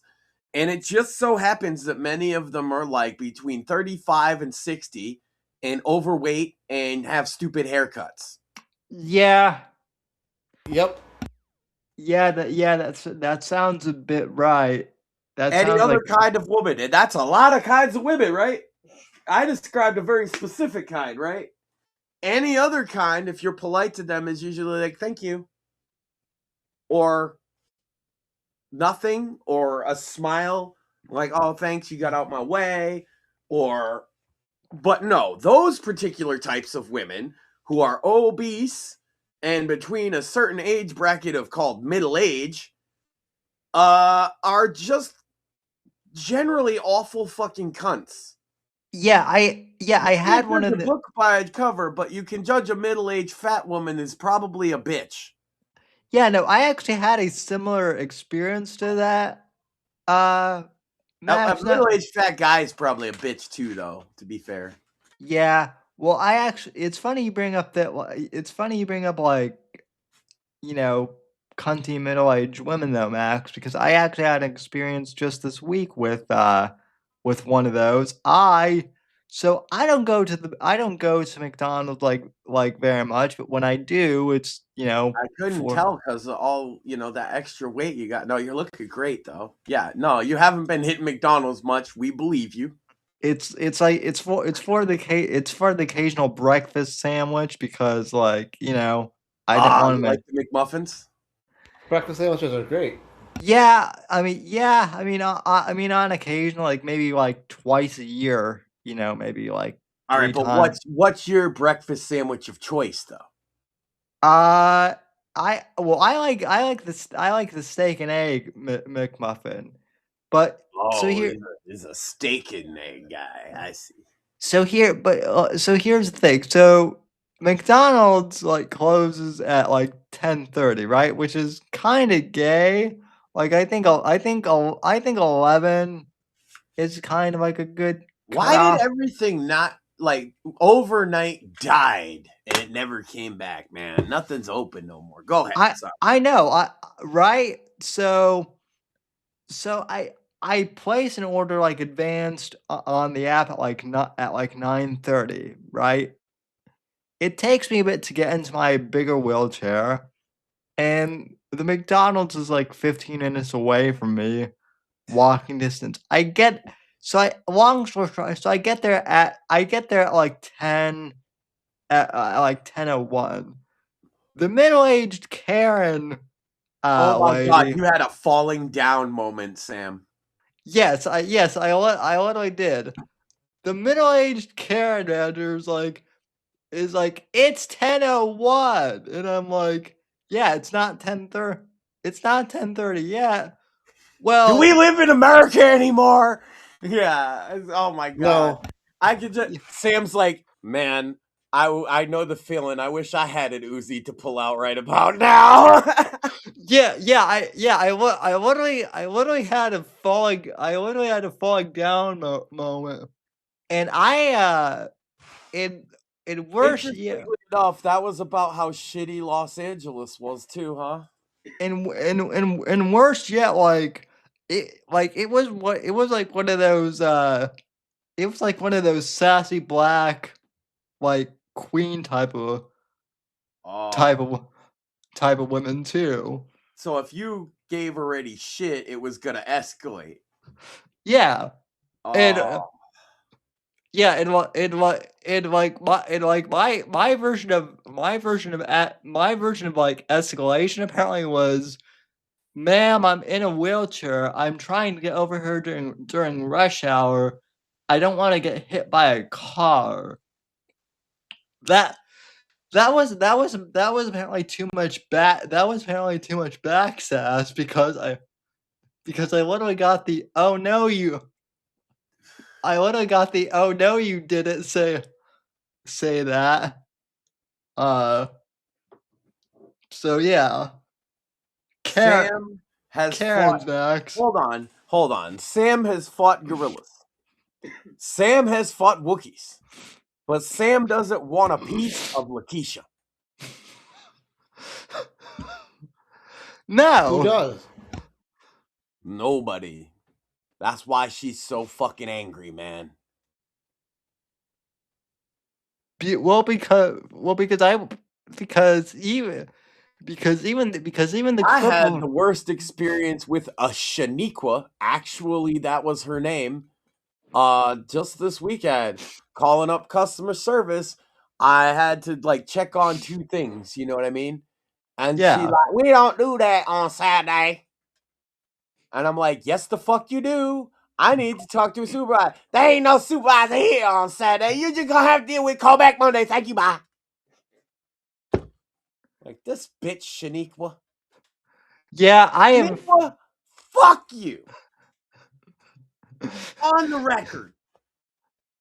Yeah, I mean, we have I filed reports on Shaniqua because like reasonable people understood that. Oh my God, yes, there was like 5 managers on Saturday. What the fuck is she talking about? So fuck Shaniqua. And before anyone accuses us of being like racist or something, all of the I don't know what race she was. Her name is Shaniqua, and she was sassy and Southern. Right. How the fuck would you know what race? You're assuming her race now, Sam? Thought you were better than this. And her gender. No, well, we assume genders around here, but we don't assume races. I know plenty of Deshawns who are white. Really? Yeah, I know a guy named Jose that's black too. I know Black Jose as well. Yeah, and So. he's not like dark-skinned Latino of any variety. He's just a black guy named Jose. My point though is even a lot of black guys I know. Did he just get rumbled when he was about to talk about his black friends? Yep. Rumble doesn't Or like did talking I about get black rumbled? people. I can see you, Max. I can hear you, Max. Am I rumbled? Are we rumbling? We're all getting rumbled. Oh my God, he did. He was about to talk about his black friends, and that was too much. Sam, no. The cripple's too much for Rumble. You So I can't be got talking about your black friends, Sam. so I got rumbled. He's apparently. muted too. He's not on screen. He's Nope. muted. He's crippled. And yeah, he's still here. He's still kicking it. And by the way, ladies and gentlemen, he writes books. And he's single. Lots of them. Blood in the Jungle. Is it Blood in the Jungle? Is that the most recent? American Inferno. Sam Whitfield, Amazon. He's got another one coming. He writes them too fast. I can't even keep track of all the fucking titles, but that's basically how I make music. So it's fine. Am I back? You're back. Now, You're back. we got to tread carefully, Sam. You were about to talk about your black friends, but don't get us rumbled. Yeah, Back again. all I was gonna say is none of my black friends really, they don't like Shaniqua either. Because Probably, yeah. Shaniqua's she gives him a bad name, essentially. Or does And the name brand her? Is it like one of those things? Because I have known quite a few Shaniquas in my life, weirdly enough. And every last one of them acted pretty much the same. Now, I can't say the same for women with other names. Just Shaniqua. Like, I knew some pretty cool Lakeishas and Latoyas and all kinds of other, like, really black-sounding girl names that they were chill. But for some reason, I have not met a chill Shaniqua, and I've met probably dozens. I lived in Detroit. Yeah, I knew a really cool Latoya at one point. She claims her parents named her after Latoya Jackson. I don't know if that's true or not, but I don't know. It's at least a real name. It's like some of them, like they get named and it's not even like there's no person you can point to that ever had that name. I don't know. I've had my black friends talk about that, and the reason that a lot of times that happens is because like they actually look back to try and find what their like ethnicity would traditionally name kids, and there's like on account of slavery, they don't have much record of that, so they're kind of doing their own thing, and I don't know, I could see that. And then they have a lot of black friends that have names like Mark, and they're perfectly fine with that, you know? Yeah. Bobby and shit. normal ass names, they, you know.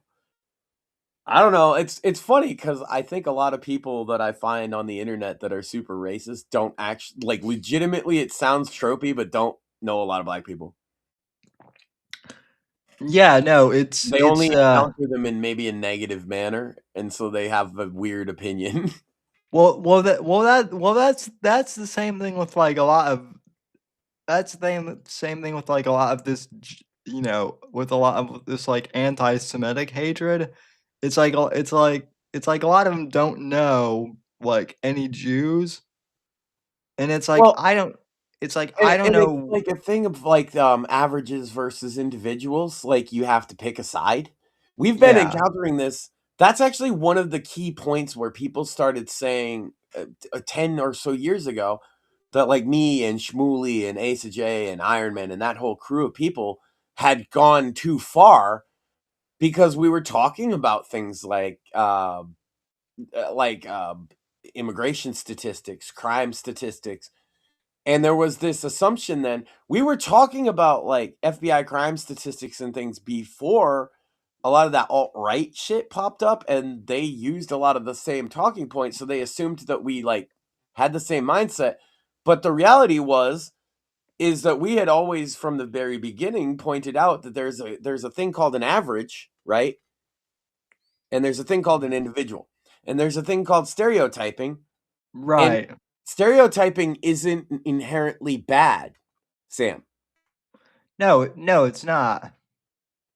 For example, if you were to be alone, you're not even in your wheelchair. So let's make you ultra vulnerable, right? You're trying to get home and you're lost, right?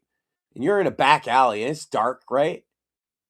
And somebody approaches from the other end of the alley as you're crawling down it, right? And you don't know who it is, you're completely vulnerable, right?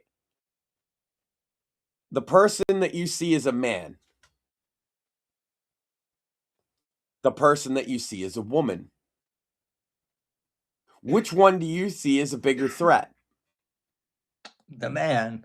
What, but that's stereotyping. I mean, yeah. But it could save your life, couldn't it? Yeah. Yeah, exactly. And if you're wrong, worst case example is you got on guard, and then the man walks up and he's like, "Oh, son, I'm a preacher. Do you need help?" Right? And then your stereotype, all it did was put you on guard for a second. Turns out you were wrong. Even The bitch had a knife, and so that's the other ending. The bitch stabs you. The right. guy's the preacher, and the woman is a serial killer. So you were wrong. Even the left doesn't want to You admit were this wrong, anymore. but you still made the right call based on the lack of information, which is the important key point I'm getting at here. Right. If The we left- had perfect information, racism wouldn't exist, nor would Right. sexism or any other inherent biases that we have. And so to go purely on that is retarded, right? Because in that example, the woman that you were open to trusting is a serial killer, and she stabs you. But it's still the right call because you didn't know that. The left does not like to talk about this, but even Barack Obama back during his first presidential bid, like admitted that that was a thing too. He talked about how his grandmother would would kind of get nervous when there were black guys walking down the street. Um, because of that whole thing of Well, sure. stereotypes being But there's also a level of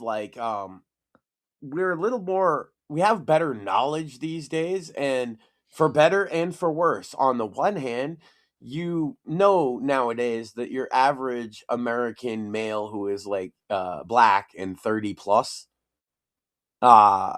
you're likely not to be harmed by them.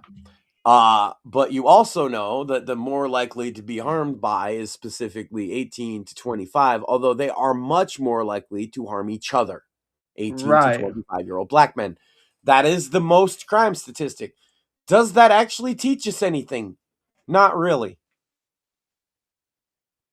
No. Those are the people that cause the most violence. Well, that's not surprising. They're living in the ghetto. They're indoctrinated by a lot of culture that teaches them toxic and negative behavior, as people like Bill Cosby has pointed out, as people like whatever you want to say about the rape stuff. To look up the pound cake speech and tell me he was wrong. The Obama had the same criticisms. Hell, the Boondocks, which is a very pro-black nationalist, Aaron Magruder is a black nationalist and a very pro-black advocate and very leftist. And he made the whole show about stereotypes and the problem with them. Yeah. But also that stereotypes could be true and the reasons behind them. There's more going on. There's nuance. But when you lack all the nuance and when you lack the information, look, if you see a clean-cut white guy coming at you at that dark alley and a shady-looking black guy in a hoodie, you're more on guard for the black guy, and so is a black person. Exactly. And you'd be right, even if it's the black guy was the preacher and the white guy was the serial killer. You'd be right because more often than not. But in this scenario, you're more likely to be on guard either case because you just see a strange male walking towards you. You can't quite make them out until they get close, right? So all you know is it's a dude walking at you when you're at your most vulnerable in the dark, no one to help you. You know it's a white male, you know it's a black male. You're a little more on guard either way. Well, These are things that can help save your life. Stereotypes can also be true. However, you also have to understand that an individual is an individual and a average is an average, you see. So just because the average 18 to 25-year-old black male has a higher propensity to commit crime per statistics than any other group, does not mean that a 90-year-old white lady isn't going to shoot you. It also doesn't mean, right, that every 18 to 25-year-old black male is a criminal. In fact, quite far from it. Statistically, it's actually less than a third. Yeah, it's just unfortunate that third is the one that gets, like, you know. And the reason the numbers are so high is because they get let out to do it again and again and again. It's the same guys. In certain places, you could point to the same 100 to 1,200, maybe 2,000 people in a city that do 99% of the crime. Yeah, I mean, know who it is too. The cops would know all of them. Oh yeah. We could do this, see? And that's what I mean too, is here's the real statistic. Ladies and gentlemen, fuck all that racial crime statistic shit. Max has got a solution for you. 2% or less of the population causes 99% of the problems. Well, this was something that I think we could, Sam, radical solution, lock them up. I completely Stop agree. agreeing with them. Stop allowing them. Stop coddling them. Like we're a teacher and the kid's got ADD. There's two ways of teaching a kid with ADD.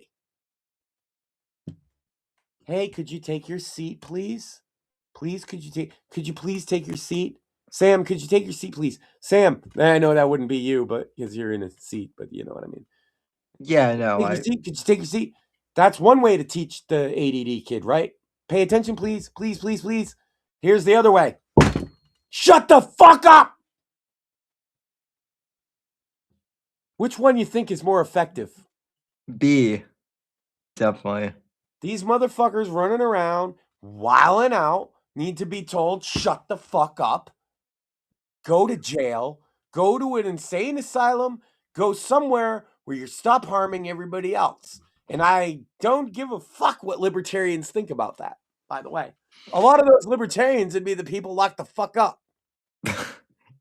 Well, yeah, that's the thing. And that's why they don't like my plan, Sam. I'm a fascist now. Yeah, I'm a fascist. We've only been locking up malcontents. It's only written into the Constitution that we should lock up criminal lunatics.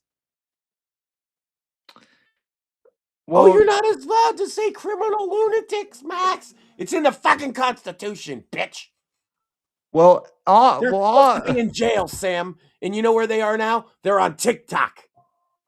Yes. Well, also, and apparently on this show. No, I'm just a regular lunatic. I am not a criminal lunatic, sir. You're a regular lunatic. More and I are crippled lunatics. Yes, I'm including you in that. Mort, sir. Mort can't be a lunatic. We eliminated all malfunctioning programming from his cognitive synapse functions. You're the fun kind of lunatic, Max. That's right, and you got to keep some of them around just for entertainment value, right? Like, duh. Like, yes, we got to lock up the guys robbing old ladies, but we probably want to keep the guy around who, I don't know, like, for example, builds an operating system according to the laws of God and says the N-word all the time. Like, you want that guy around. I miss Saint Terry. Yeah, like that guy. You gotta keep him. Now I'm talking about criminal lunatics. We gotta lock down. So okay, Sam, we now have policy. Deport Karens, lock up criminal lunatics. Andrew Nelson would agree with you 100% on that. In fact, when he was on the show a few years ago, he actually talked about how 90% of the domestic violence cases that he had like as an officer in his rookie years, it was all the same people that he got calls on. The same people, and he said that it was basically mutual. Like they'd always just beat the shit out of each other, and Yeah, he has to respond every time he's called, right. and it's heartbreaking, and it's exhausting, and it's a waste of fucking resources. And I would say for a case like that, okay, so we got a couple here. Let's just throw out an assumption. Probably some substance abuse issues involved if it's that frequent abuse, right? Maybe what Yeah. we do Yeah, probably. is we put you both in a place where you can fucking be away from each other for a bit and figure out what the fuck is wrong with you. Yeah. Instead of wasting this officer's fucking time, which I'm paying for you to act like children. Exactly.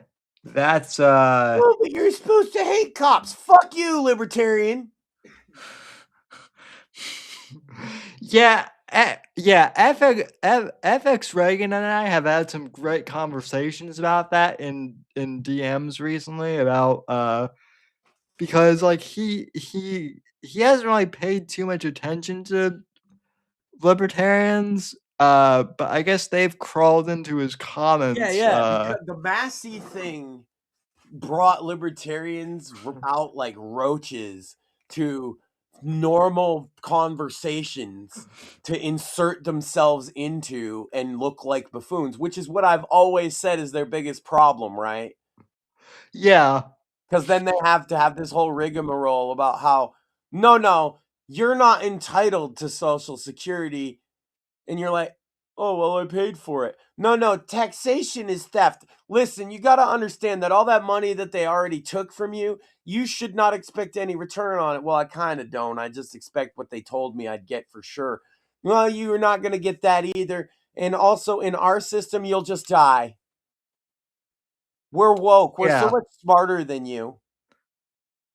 Survival of the fittest is better. And you're like, how? Like, you look at the little dweeb saying this shit. He weighs like 130 pounds. He's 5'2". He's, you know what I mean? And he's got fucking Poindexter glasses with the tape in the middle. And Yeah, no. on. And he's telling you about how that exact same person, Max. I don't know about you know, more. it's like the libertarian.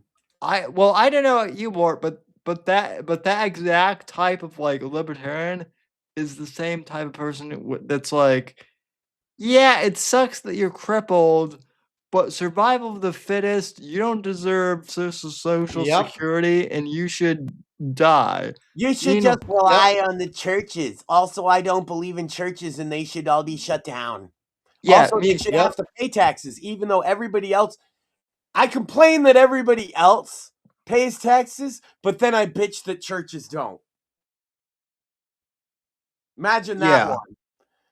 Oh, why? Do you know why, libertarians? Do you know common sense why? Like, you can say in your thesis paper to your fucking nerd friends why you think I'm wrong, but let me explain to you something. The reason that we don't make churches pay taxes is because nobody does more for the poor and unfortunate than churches, including the fucking government, retards.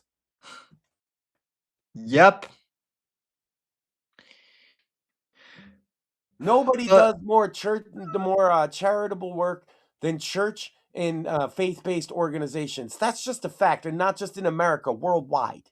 But also like these runty libertarians who are like who I could kick their ass, Max. They're And all so fucking could more. Reddit atheists, yeah. And so could more. They're the ones saying that more and I should die off because it's unfortunate that we have a disability, but like, you know, Well, and they're all poor. Yeah. That's the funniest part is they like instead of you would think it's the opposite. Like there are tech bros that lean libertarian-ish, but not in the same way as these fucking clowns. But like the libertarians are like, I would be a billionaire, trillionaire if not for Big Daddy government fuck me all over, and also the church because I hate religion too because it's 2013 on Reddit.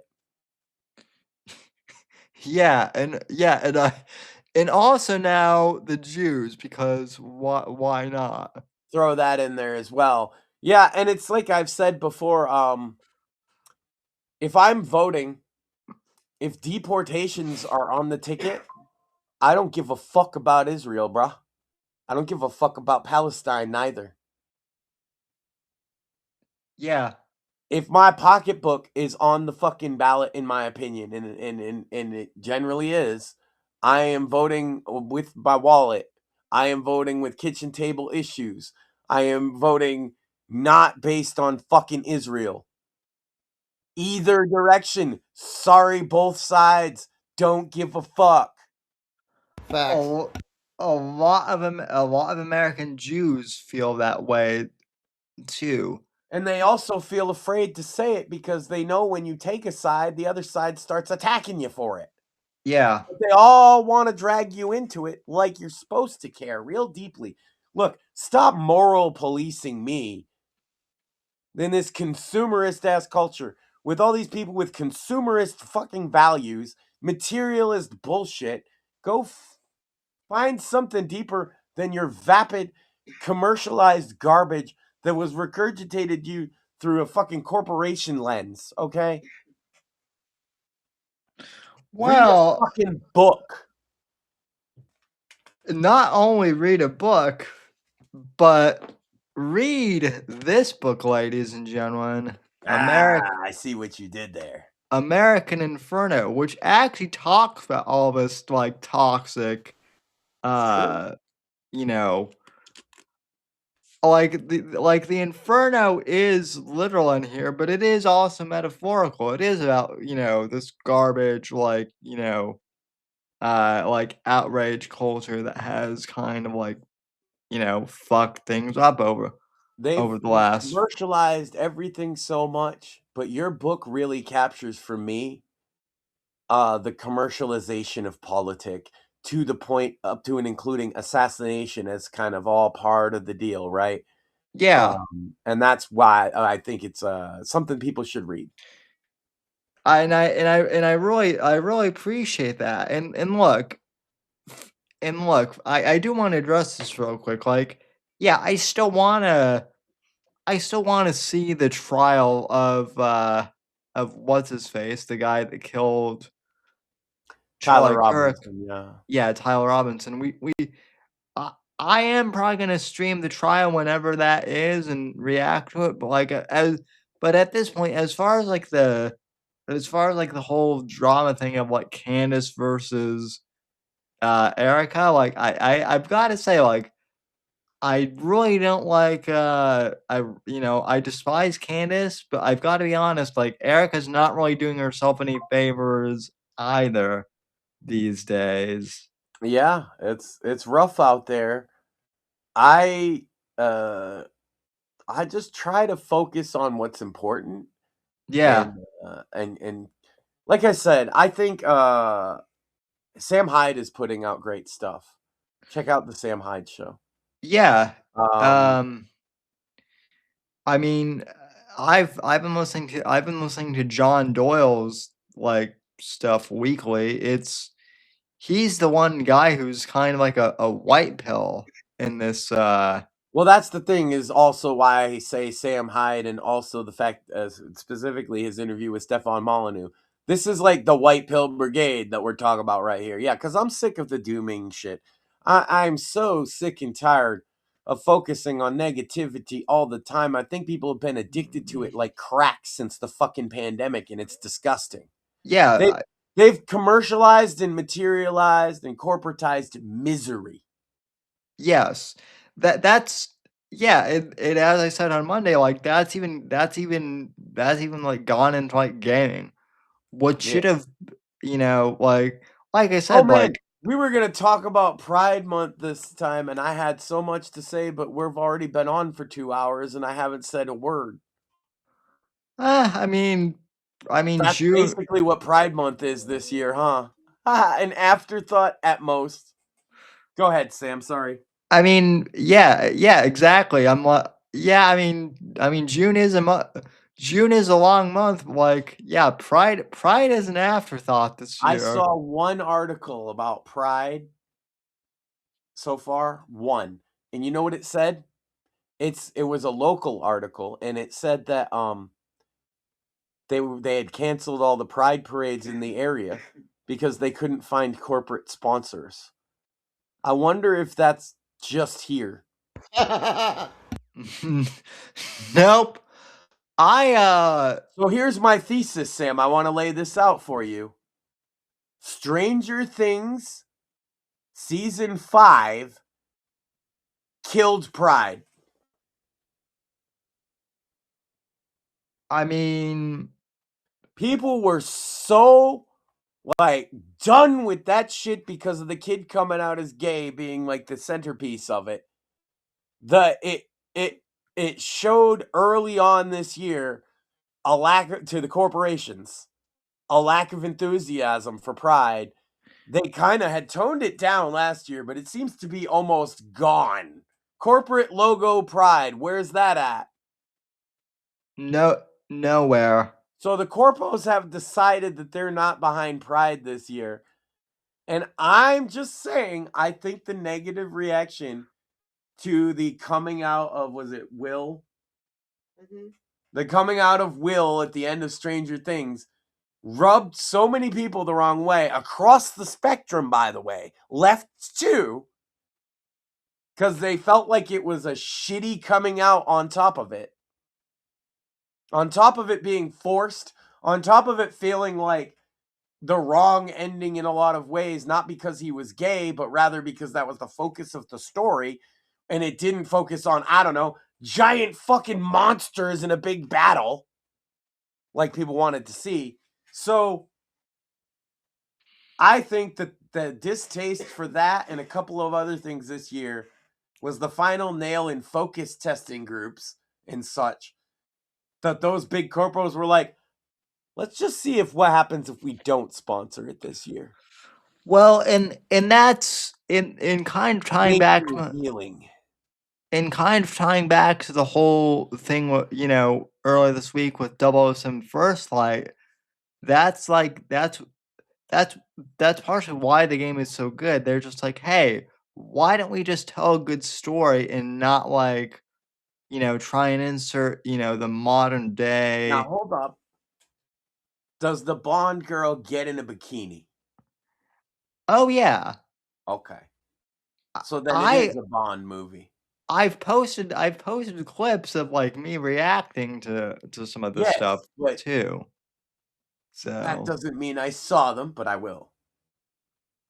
um I'm just asking because there was that one game where the Bond girl was like barely in it. yeah. Was it Casino Royale? Yeah, well, I mean, the Casino Royale game, let's be honest, the Activision era of Bond games kind of sucked because they were just COD. They were just COD games with Yeah. with 007 skins. Yeah. So, Which made it a worse 007 game and a worse Call of Duty too. yes. On the subject of like Pride Month though, like a lot of gay people I know, they Sorry. just a lot of just like gay people don't care about it. Pride Month has basically gone entirely to the trans community now. Sick. Well, then They're I'm the, declaring it No Homo Month. I'm sold on I am sold on that. Right. So all you So got to do to participate is, when your homie says something gay, you say pause. And then they're supposed to say no homo. that's And if fair. they don't say no homo, then they gay. That's how it works. Gotcha. Yeah. Yeah, that's a good rule. Also, Max, you said before the show that you have a Dave update. So what is Oh, Dave been up to? I have to do some magic to send that to you. But Dave has a very particular problem, Sam. And the problem is that he doesn't like people that don't speak English. And he did a video about it, and I took a clip of it, and he mimics them talking, and he goes ding dong ding ding ding ding dong dong, right? And so I made a traditional Chinese orchestral like mix of it. And I think that I can't really publish that like on Spotify. It's not that kind of thing. I do have song coming out this Friday. I know I missed New Music Friday last week. That's why this week there's 2 songs I got featuring Maxine, actually. So the first track is Little Bro and Little Sis. Little Sis, Little Bro. However you want it. Side A, side B. It's 2 songs and the 2 instrumental tracks. Sick. Comes out Friday, Spotify, YouTube, and then probably like days after on Apple because they're dumb. Yeah. Tuesday, so that's Friday. Tuesday, maybe you would like to tell the peoples. The people, Maxine. So on Tuesday, my second single, Final Boss in the Comments, will be released. Yeah, that's right. Final Boss in the Comments comes out Tuesday. Maxine Sand. You can check us out on Spotify, Right to Offend and Maxine Sand, respectively. You can check us out on YouTube Music, Apple, Deezer. Check out my Suno at sunomaxine.com, whatever, all that shit. It's just Maxine Sand. That's all it is, whatever it is. I actually just published 2 new songs up there.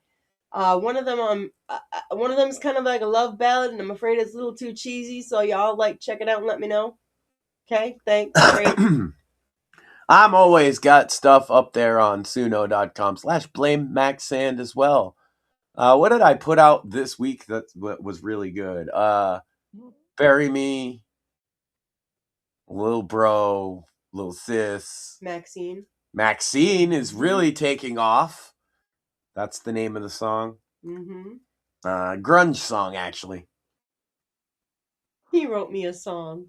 But sorry, I had to finish this before I go over. So basically, you're gonna have to shill your book relentlessly for about, I want to say, 60 seconds to a minute 30 while I send on Twitter the MP3. Or would you prefer a little video? Is that easier to play on screen? The video might be easier to play on screen. Let me just make sure. I will provide that while you get rumbled, or? No, I'm back. I just had to put it in picture-in-picture mode. Well, watch as I disappear. Damn it. Speaking of books to promote, I do not have this book yet, but Vengeance in Venezuela, which is the long-awaited sequel to Night of the Vigilante, will be coming out on June 30th, and I will be revealing the cover this Friday. Once I get my physical copy in. So I'll be posting a quick video doing the cover reveal for that. Also, Doug Green is back once again for the audio of that. So yeah, it's a great time to be a thriller fan. We've got a new 007 game. We've got my books out. Eric P. Bishop is also publishing his new book, Downfall, this summer. So lots of stuff to go over. And Mr. Mortheous, what is going on this Friday on Bits and Bones? Bits and Bones. We'll cover the Sony State of Play and Xbox if they have a presentation as well. And it's been an interesting last couple of days. I expect a full review of Backyard Baseball. That would be awesome. No, I'm just ball busting because I don't even know how much it's gonna cost and if it's any good. That's my job, I guess. I'll be the sports guy for Bits and Bones. I'm gonna get you a review on a sports game one time. That Your would audience be. is gonna sit there and they're gonna fucking like it. Okay, I mean, video. I'm gonna send it to you now. they probably would like it. Well, it doesn't matter if they're gonna like it because they have to. Because Stone Cold said so. Also, more the fact that situational disability chick was the one who wrote part of the new God of War game really explains a lot. I agree. So I sent it. It's like uploading. It's gonna come on a Twitters, but you get to be radio for a moment, like I've been doing. We're gonna definitely do another one of those. It's been a bit for that too. Look, it's been a crazy week. See, we're not online grifters, so like when stuff comes up, sometimes the show just doesn't happen because duh. Could you imagine, Sam, instead of that, instead of canceling the show and handling your business and dealing with life, and being a parent and all these things, if I just sat here with like a sign or like a beggar's bowl, or like complaining about my Mercedes? I mean, you could do that. You could do that. You could. And I don't know how people watch some of these low energy spurgs, man. They like them. I've noticed they complain about our show on occasion, but they don't have any person. The same person is like, yeah, today we're gonna talk about like internet politics and like we're just gonna look at that. And so if everybody Sounds like the quarter pounder. Yeah, it's like, dude, at least I have personality. At least I'm out here doing crazy shit. Yeah, I'm out here writing I don't know what's wrong with me, Maxine. They won't tell me. Well, I can tell you what's wrong, Max. Same thing that's wrong with me. Apparently, we're not grifters enough. So that's the issue. In my head sometimes, and so I don't know what's gonna happen. Well, see, Max, you haven't hit you hit your head, but you haven't gotten the part that is like, how do you like mass monetize stuff and just like endlessly shill for money? I don't know. Speaking of that, like, shout out to the fucking few thousand people that have listened to New Black Kicks on Spotify. Seriously, humbling. Thank you. Shout out to the few thousand people also who have who read my spoiler-free review of Double Some First Light on X. That was pretty great, actually. What's your gaming name? Oh my god, we're gonna have to give you a gamer name. Jimmy Wheels Plays. Yeah.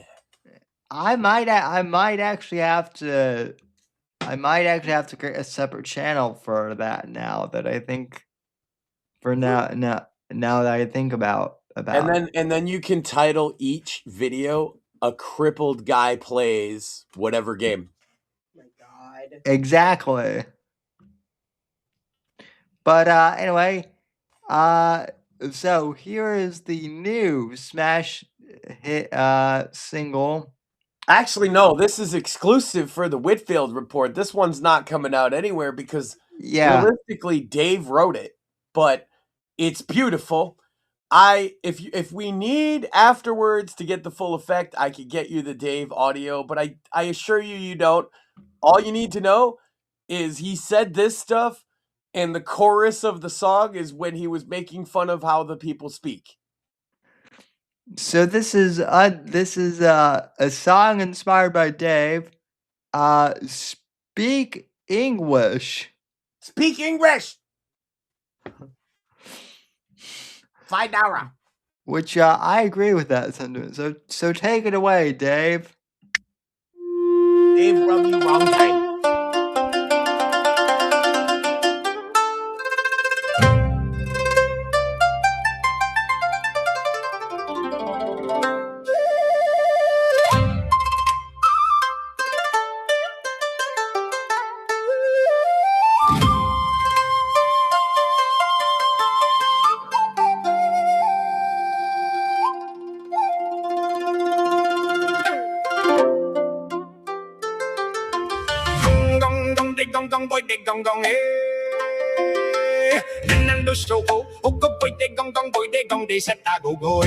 You got day boy day gong gong. Where do these people come from? These people that don't speak English. You got day boy day gong gong.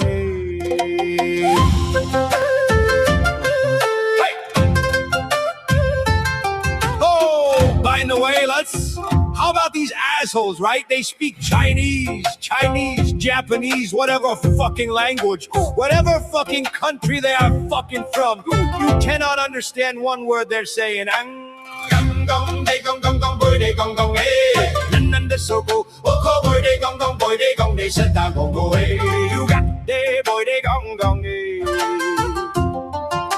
Where does these people come from? These people that don't speak English, you got what the absolute fuck? Where do these people come from, right? You get a text message from a certain place that you have to be at 3, but you can't do it at 3 because the Uber drivers, they have to be back by like 3:34. So you call up, you click on the phone number, and you speak to some stupid Arab that doesn't speak one word of fucking English. Where do these people come from?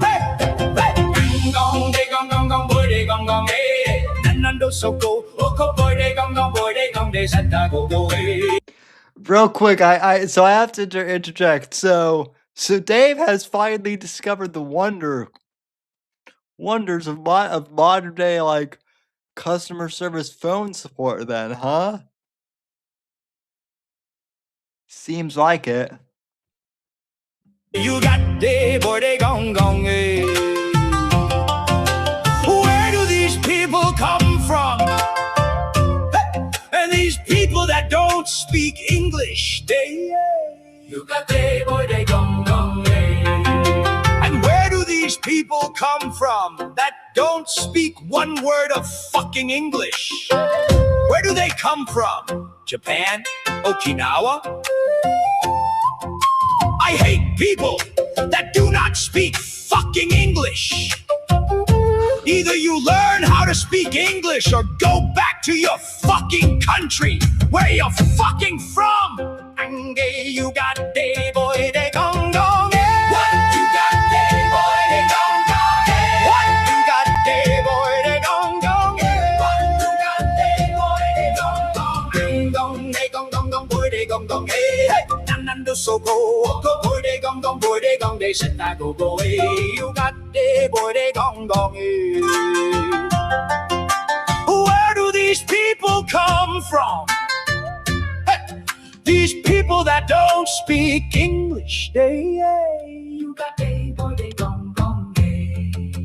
I hate these people when you click on the phone number and these people do not speak one word of fucking English. Where do these people come from? Fucking Arabs, Jews, Muslims that do not know how to speak one word of fucking English. These Chinese, Japanese people that do not know how to speak one word of fucking English.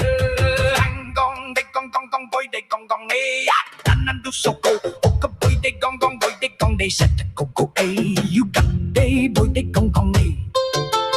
Where do these people come from? These people that don't speak English. You got they boy they gong gong day. Right? And these fucking Chinese, Japanese people do not speak one word of fucking English. What the fuck? What is it with these fucking people on the phone that do not know how to speak one word of fucking English? Can somebody please tell me what the fuck? What the fuck? How come these people do not know how to speak one word of fucking English? Oh, you have an appointment at 3? But you can't make it at 3 because the Uber drivers have to be back by 3:34. So they give you another date. Oh, can you make it on this date? No. So then you tell them, right, I want a 12 appointment. I want it right. You say, I want a 12 appointment. And then they say, oh, we can't do 12 because they have lunch. I don't give a fuck. I don't have lunch at 12. I don't eat lunch at 12. Oh, gong day gong gong gong boy day gong gong day. Nanando soko oko boy day gong day set to go day. You got day boy day gong gong day. Where do these people come from? These people that don't speak English, you got they boy, they gong gong day. Gong day gong gong gong boy, they gong gong day. Go boy, they gong gong day. Set the coco day. You got they boy, they gong gong day. Hey, you got they boy, they gong gong day.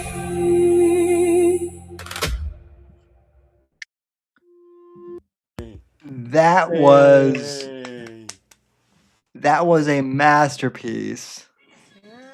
Well, what's amazing, Sam, is that I have made it in 7 or 8 different styles, and every single time is 1, it slaps, and 2, it makes me like cry laughing. So when It's we pretty hilarious, Max. Dave give that speech, and again, I'll link you the YouTube video if you want to watch. I only watched the first 7. I didn't even watch the whole video, Sam. I watched the first 2 minutes, and we were laughing so hard that I recorded the next 5 minutes and made that a song. That might also be like the most relatable Dave rant, by the way. Oh my God, yeah. As soon as he started saying it, and he says that first part, he's like, I call the Uber drivers, and they're all bad, and then they're Chinese or Korean or I don't know, and they go, he starts going mental. I'm like, I need to go back and just record this. I had to call Amazon customer support for Amazon Kindle this past week, and I literally got like an Indian call center guy who asked me if I had a halogen lamp and like did the stereotype. So yeah, so Dave has discovered phone service, I guess.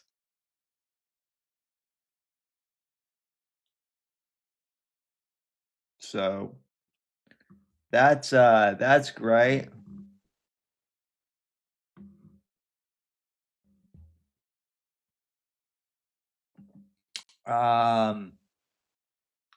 Let's see here.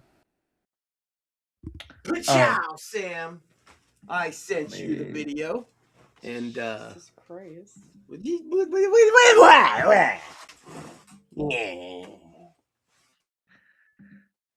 me all right, let me pull Can't this. be a little noisy there, Edith. Don't you guys hate it when, let's say you have an appointment on any given day, right? You have an appointment on like any given day, right? Right. And let's say you don't have a card to get to your appointment, right? Right. You don't have a card to get to your appointment, and let's say you have Uber drivers, right? And they have to be back by like a certain time, right? They have to be back by like 3:30, 4 o'clock, right? Right. So let's say you have an appointment at 3 o'clock, but your Uber drivers, they have to be back home, but they have to be back at the base by like 3:30, 4 o'clock, right? Right. Let's say you have an appointment on any given work day, like Monday through Friday, right? Let's say your appointment is on a Wednesday at 3 o'clock, but you cannot make your 3 o'clock appointment because the Uber drivers, they have to be back by like 3:30, 4 o'clock. You cannot make your 3 o'clock appointment. So they give you another day, 3 o'clock. And you keep yelling, right? You keep saying, I cannot make a 3 o'clock fucking appointment. Oh, by the way, how about these assholes, right? They speak Chinese, Japanese, whatever fucking language, whatever fucking country they are fucking from. You cannot understand one word they're saying.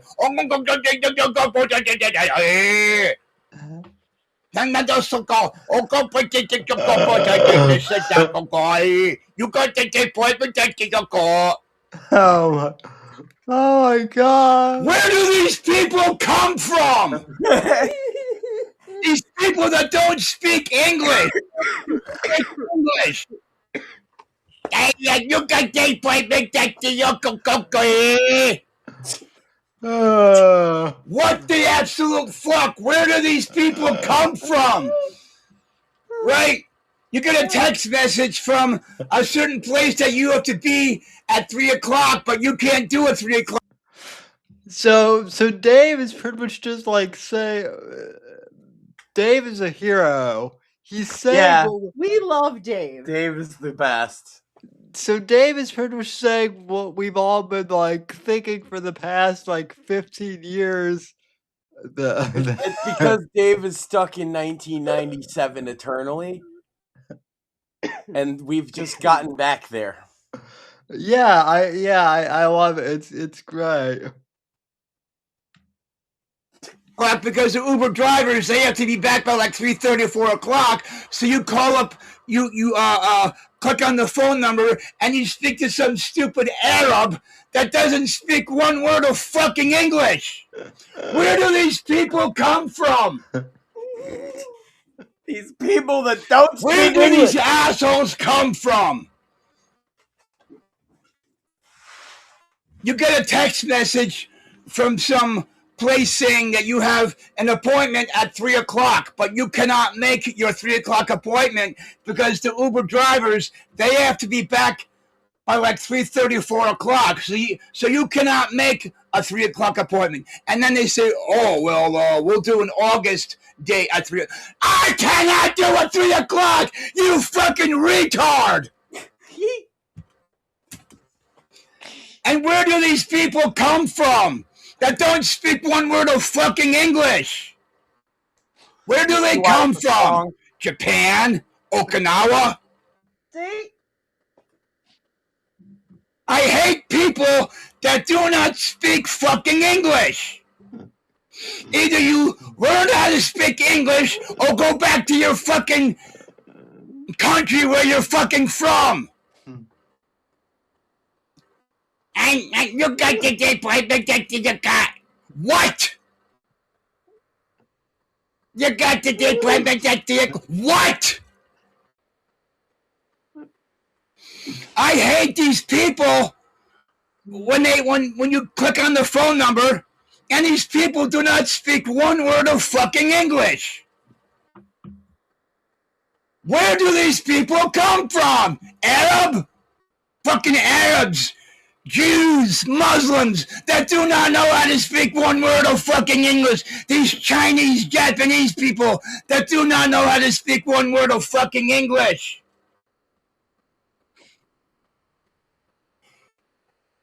Mr. Smith, you have a 3 o'clock appointment at Papa. What? Mr. Smith, you have a 3 o'clock appointment at what? What are you fucking saying? I hate people that do not know how to speak one word of fucking English. Oh, Old man Dave. You have, let's say, you have an appointment at what's that? Old man Dave is such like a cartoon character come to life, man. I love it.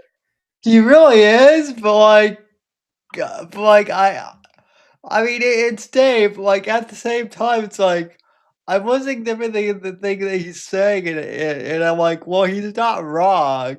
Yeah, he's not wrong. He's just Dave. He's Dave raging against when Dave rages against the same thing that you agree should be raged against. It's almost satisfying. Yeah, well, like every Because often he's just raging against like nothing. But when like I'll tell you the other one that people relate to. Why do I have to fucking update? Why do I want what if I don't want to fucking update? Can I go back to the old one? oh yeah, that. Yeah, that Every now and again, Dave makes the most fucking relatable video of all time. And I was happy because I had a rough week, Sam. And I looked at her and I was like, you know what I'll do to make myself feel better? Let's watch what Dave's up to. And this was the first thing I clicked on. And we were almost pissing ourselves laughing. Oh, God, it was so... I only got like 7 minutes into the video because I just started recording and then I made a song out of it. I have to say that Dave truly has written one of those that you could like call a perfect song, because every single version that he has made, hilarious. The Irish jigs, they are my favorite. So I've made it Celtic. I did a 1940s ragtime version. My God, R&B. Like I've done a bunch of versions of Where Do These People Come From, and every time the take on the Dave's gibberish is hilarious. It always makes me want to die laughing. I probably should publish this one, Sam. That's why I wanted to premiere it on this show, because it's Dave at a level that he achieves very rarely. And so if you want to keep playing it, I don't know what he says from here on out, Sam. No, I'm curious. And by the way, for the people listening on audio only, the video that we're taking this audio from, all it says literally is in like bold white text is if you can't speak proper fucking English, and then there's red text below it says don't fucking come to the United States and pretend that you can. And like I don't know why, but like just the visual of that is just like it's great too. I love it. You know what it is Dave is a little bit, and I don't mean to get too philosophical here, but he's a little bit of like the id of Gen X, if that makes sense. Yeah. He's just this like subconscious force of like raw masculine Gen X energy that got cucked out of the rest of his people. But Dave won't be cucked. No, of course not. He's Dave. That's right. And he likes hot chicks. Well, who doesn't?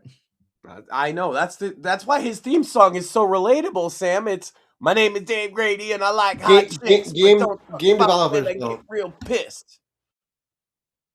I mean, well, the game developers on 007 First Flight certainly do.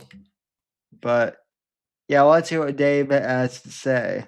Let's say Wednesday at 3 o'clock, But you cannot make your 3 o'clock appointment because the Uber drivers have to be back by like 3:30, 4 o'clock. Right. By the way, too, I wanted to interject here that like this particular case, at least for me, is like particularly relatable too. For like anytime True. I Hey, Dave, like we're laughing, okay? But let's be real about Dave. If this is their first interaction with understanding Dave content, Dave is a retired, probably mentally ill guy, and he just had a car accident, totaled his car, and received a pretty nasty concussion.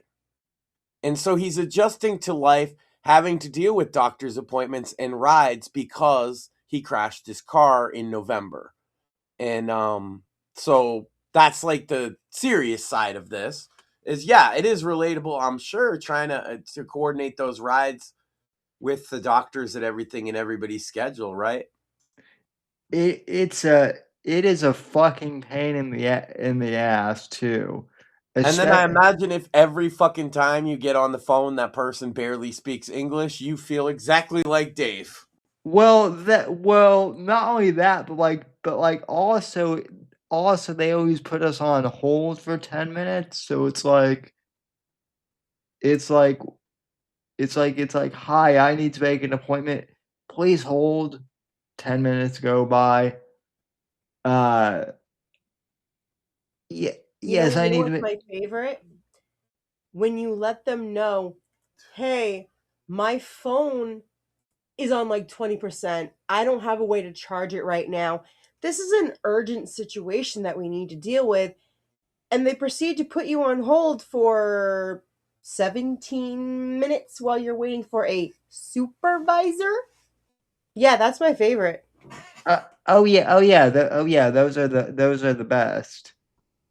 And it's all exacerbated because where do these people come from? These people that don't speak English. Pretty much, yeah. These Uber drivers that I know that they come and pick me up, right? They're special Uber, right? They have to be back by like 3:30, 4 o'clock. I don't know why. Nobody does, Dave. I have an appointment sometime this week at like 3 o'clock, but I cannot make my 3 o'clock because I have, that the Uber drivers, they have to be back by like 3:30, 4 o'clock. I cannot make, right? And these fucking Chinese, Japanese people do not speak one word of fucking English. What the fuck? What is it with these fucking people on the phone that do not know how to speak one word of fucking English? Can somebody please tell me what the fuck? What the fuck? How come these people do not know how to speak one word of fucking English? Oh, you have an appointment at 3 o'clock. But you can't make it at 3 o'clock because the Uber drivers have to be back by 3:30, 4 o'clock. So they give you another day. Oh, can you make it on this day? No! So then they say, so then you tell them, right? I want a 12 o'clock appointment. I want to, right? And then, right? You say, I want a 12 o'clock appointment. And then they say, oh, we can't do 12 o'clock because they have lunch. Yeah, you said you wanted to stop there? No. I said this is where we stop. Continue. Oh, okay. Go back about Don't give a seconds. Or like Okay, 5 gotcha. seconds or something. All right, just a couple seconds so you get to hear this because this is the part that made us die, is what I meant. That's yeah. That the Uber drivers, they have to be back by like 3:30, 4 o'clock. I cannot make, right? And these fucking Chinese, Japanese people do not speak one word of fucking English. What the fuck? What the fuck? What is it with these fucking people on the phone that do not know how to speak one word of fucking English? Can somebody please tell me what the fuck? What the fuck? How come these people do not know how to speak one word of fucking English? oh, you have an appointment at 3:00, but you can't make it at 3:00 because the Uber drivers have to be back by 3:30 or 4:00. So they give you another day. Oh, can you make it on this day? No. So then they say. So then you tell them, right? I want a 12:00 appointment. I want to, right? And then right? You say, I want a 12:00 appointment. And then they say, oh, we can't do 12:00 because they have lunch. I don't give a fuck. I don't have lunch at 12. I don't eat lunch at 12.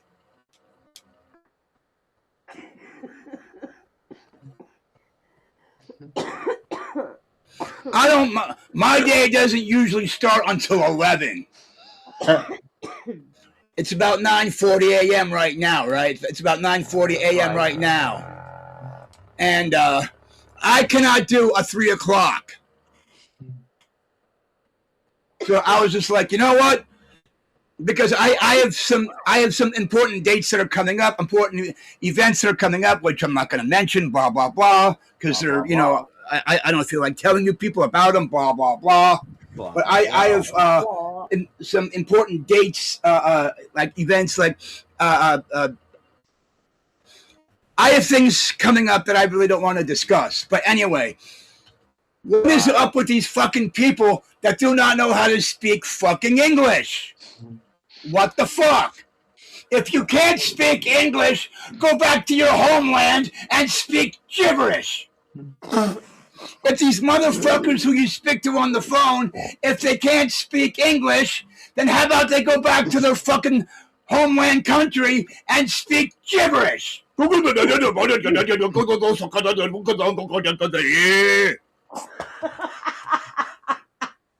I hate these motherfuckers on the phone that do not know how to speak one word of fucking English.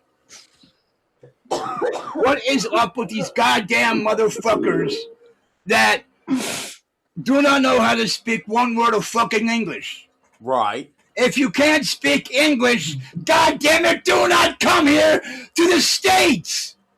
Do not come here to the States. I wonder what Dave's opinion on those automated. Have you ever had to call your bank, and instead of like getting a person, you just get like the automated AI assistant? Or all kinds of utilities, all kinds of shit. Yeah, and it's like Yeah. you gotta talk to it, but it's it's neurodiverse, Sam. Right, yeah. Yeah. I almost want to hear like Dave's opinion on like what those. I want to hear Dave rant on that. Dave is also famously very neurodiverse. So I imagine Dave plus AI is always a disaster. I know for a fact he's old school and he has already decided he hates AI. I mean, so if he's forced to interact with anything like that, it's probably not going to go well.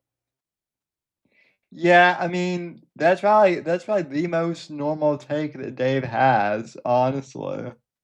Yeah, man, and every time let's go speak gibberish. Like I'm gonna sample his gibberish and make songs out of it for ages. This is great. I love this guy. He is the greatest. Dave Grady, the legend. Gordon Liddy on YouTube.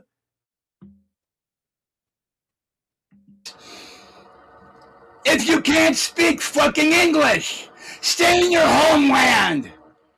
Stay in Japan, Korea, wherever the fuck you're fucking from, and speak gibberish.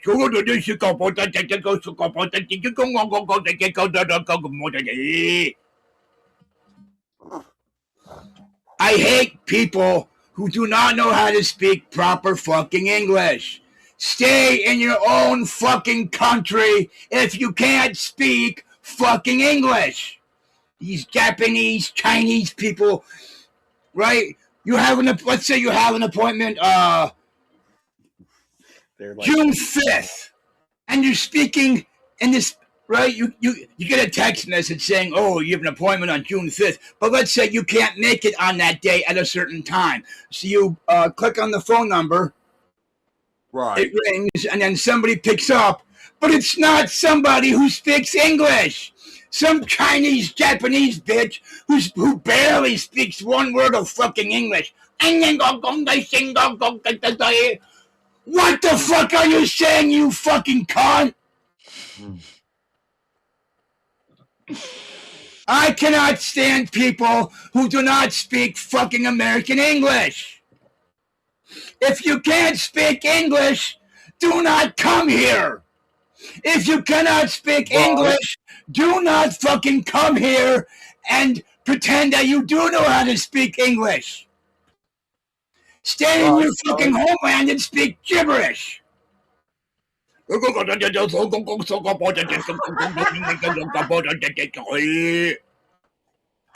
the fuck? I cannot stand these motherfuckers who cannot speak fucking English. Stay in your homeland if you can't speak English. Stay in your goddamn fucking homeland. Japan, Israel, Saudi Arabia, wherever the fuck you're fucking from, stay there and speak goddamn gibberish because nobody wants to hear somebody that doesn't speak one word of fucking English. Do not come here to the States pretending that you speak English when you don't. Do not come here to the States. Do not thinking come. that you can speak English when you don't. Stay in your home goddamn country and speak gibberish. You can get fucking people. Fucking people. That's why I hate people who cannot stand. I hate people who cannot speak proper fucking English. I hate people who cannot speak proper fucking English. Stay in your homeland and pretend to speak English when you don't. Fucking Israelites, fucking Chinese, Japanese people. They think they know how to speak English when they don't. Stay in your home goddamn country and speak gibberish. Do not come here thinking that you can speak English when you don't. Do it again. Yeah, that's all I got to say. Okay. Sorry. Somebody had to. Oh, God. Oh my God, that is like... He slipped up there and he said, I hate people that can't stand. And she says, see, he hates you, Sam. He broke me. I couldn't help it. Every time he did that fucking gibberish shit, I kept seeing that fucking, you know, the episode of fucking South Park with the little fucking Nigerian boy? Yeah. They made him talk. I just kept seeing the avatar. Oh my God, he's starving Marvin. Oh my God, I have a new idea, damn it. And I'm better with AI. Oh no. Stay tuned. See, yeah, the next version of that song, Sam, I used traditional Chinese instruments. I didn't consider using traditional African instruments. Oh no. Anyway, speaking of music, like our more serious music, like I said, this Friday coming out, Little Bro, Little Sis, Little Bro. That's me and her, one song each. Little Bro by me, and Little Sis featuring her. That's 2 instrumentals to boot. It comes out Friday. I set it for the cheapest possible price on any place where you can buy it. And if you're streaming, it's anywhere that streams music. Apple, Amazon, Tidal, all kinds of crap. Sam. Yep. Maxine did just put out Daughter of the King as her first single, and she's coming up with her second single, Final Boss, in the comments. Which Tuesday. Which Daughter of the King is great, by the way. Really top-notch stuff. It's done fairly well as well. Like I was Surprised because it was like our first song or whatever, but people like it, so that's cool. I can't lie. I am kind of hitting like a creative spurt, and I did just publish 2 new songs on Suno, Lost in Your Colors and what is it? Gold Inside the Dark. Admittedly, Gold Inside the Dark is a little bit of like, I guess, like a narcissistic thing. It's the song that like I basically wrote about myself. I think it's kind of good though. And Lost in Your Colors, I'm gonna go ahead and try and embarrass you for once. Pretty much, I wrote a song about him. Me? And I wanted to kind of make it generalized, so I basically turned it into like colors and painting. But I'll say this now, part of the lyrics is drowning in blue. Yeah, that's a reference to his blue eyes. I'm gonna try to embarrass you. But yeah, I basically just tried to make like maybe like a power love ballad. Let's start talking about what songs we've let's written. not do that. Okay, I'm Okay. making a mistake. It's basically like a power love ballad. I'm just kind of afraid it's a little too cheesy, but I also kind of already have plans to have those be 2 singles that I put out.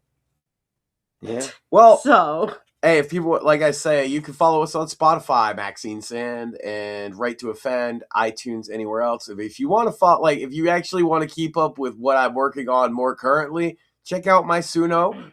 I have a couple albums in the works right now. What I publish on Spotify is basically the stuff I think is the best. But if you want to hear more of what I'm working on, there's quite a bit. I put out a song literally called Maxine today. It's a grunge love song. I put out yesterday, what was it? Bury Me, Pull Up, and a couple others. I try to put the stuff out pretty consistently, and even then, what I publish there is not everything I'm working on. So if you want to actually follow it, our music does pretty well over there. People seem to like it. If you're open to comedy, look, we're not doing political music over here mostly, so if you're looking for a political thing, then you're probably in the wrong place. But, well, for our music anyway. mm-hmm. Although some of it is faith-based, especially hers. Yes. And like gothic. But most of it is, I write raps about stupid shit and songs about stupid shit. And that's about it. So check that out. Suno.com/Maxine Sand. Suno.com/Blame Max Sand. I also have like funny songs, but the one that I think is like the best and my favorite is my like theatrical, very dramatic song. Oh my god, I forgot Crimson Something. Crimson Something Delight. I can't believe I forgot the name of it. But it's basically this dramatic theatrical song of a couple cooking and everything just goes to shit and it's so fucking funny. It's really good. I got songs about boobies and booties and smoking blunts. Yeah. Oh, check out my my ex Maxine _Sand _ and you can find the link to pre-save my single that is coming out on Tuesday. Final boss in the comments. Yeah. Yes. I put my pre-save link up because I didn't announce it until the show for Lil Bro and Lil Sis. No, I did that on purpose. Mm-hmm. I'm going to put up the link later for if you want to pre-save. And speaking of pre-saving and pre-ordering stuff, Vengeance in Venezuela, I'll be doing a cover reveal for that on Friday once the actual physical copy arrives. And I will have the pre-order link available then. Man, you be moving south in those ones, huh? Yeah. Well, it's Jason Miller hunting down drug cartels, and it might have been inspired by a certain operation that a certain president did earlier this year. But no, we have to. We can't acknowledge that Trump didn't anything good in Venezuela. We have to keep spurring out Israel, Orange man bad. nonstop. So, um, so yeah, be on the lookout for that as well on Friday, and then Hey, ain't no Palestinian nor Israeli ever deported my local illegal gangbangers, so I really don't give a fuck about them. exactly. Who's doing that? Oh, right, the Trump administration. Yep.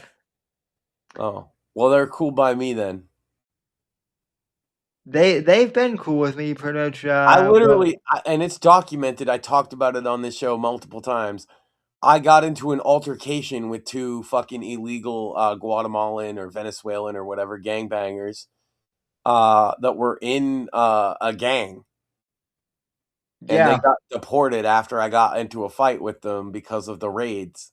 So that, it's good. I'm not worried I'm going to have these guys with a fucking vendetta against me because they came to try and beat me up and I fought back. This is that's what I care about. Why the fuck, again, for the billionth time, why the fuck would I care more about Israel or Palestine than that? Good riddance, I say. Adios, amigos. And in Bits and Bones on Friday night Bits as and Bones well. Friday, 10 p.m. EST. I imagine more based on some of your tweets, we're gonna have to address this whole thing of of women in games since it's like a topic. I know, right? Like, who the fuck wants that shit? So It's definitely going to be an issue, but my main issue is this God awarded is who the fuck is Frank the Cube? Can you fucking believe this shit? Women in games? I mean we audacity of these broads these days, man. I mean we want him, we just don't want him to be like, to be made ugly. How about you don't drag him through the mud first before you put him on screen? Uglier. And yeah. Anyway, I'll save my rant for that for Friday. But hey, yeah, hold on. I'm saying no women. He's saying no uggos. Who's really the bad guy? Who? That's for you. Who wants to play as uggos? And that's for whatever Mort's about to say. Who wants to play as uggos? See, it was other uggos. Even uggos don't want to play as uggos. That's not true. I usually play a dwarf. That's because you're a giant. You want to sympathize with the short people. No, it's actually because I am a giant dwarf. I like drinking. I like mining stone. I like fighting and going on adventures and treasure. So what you're saying is God gave you too much height.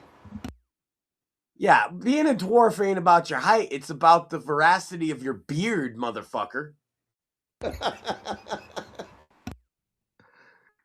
Confirm. I'll allow it. I mean, Mort and I are both short kings, so we can confirm. Also, you gotta know hi ho. Like, it's mandatory.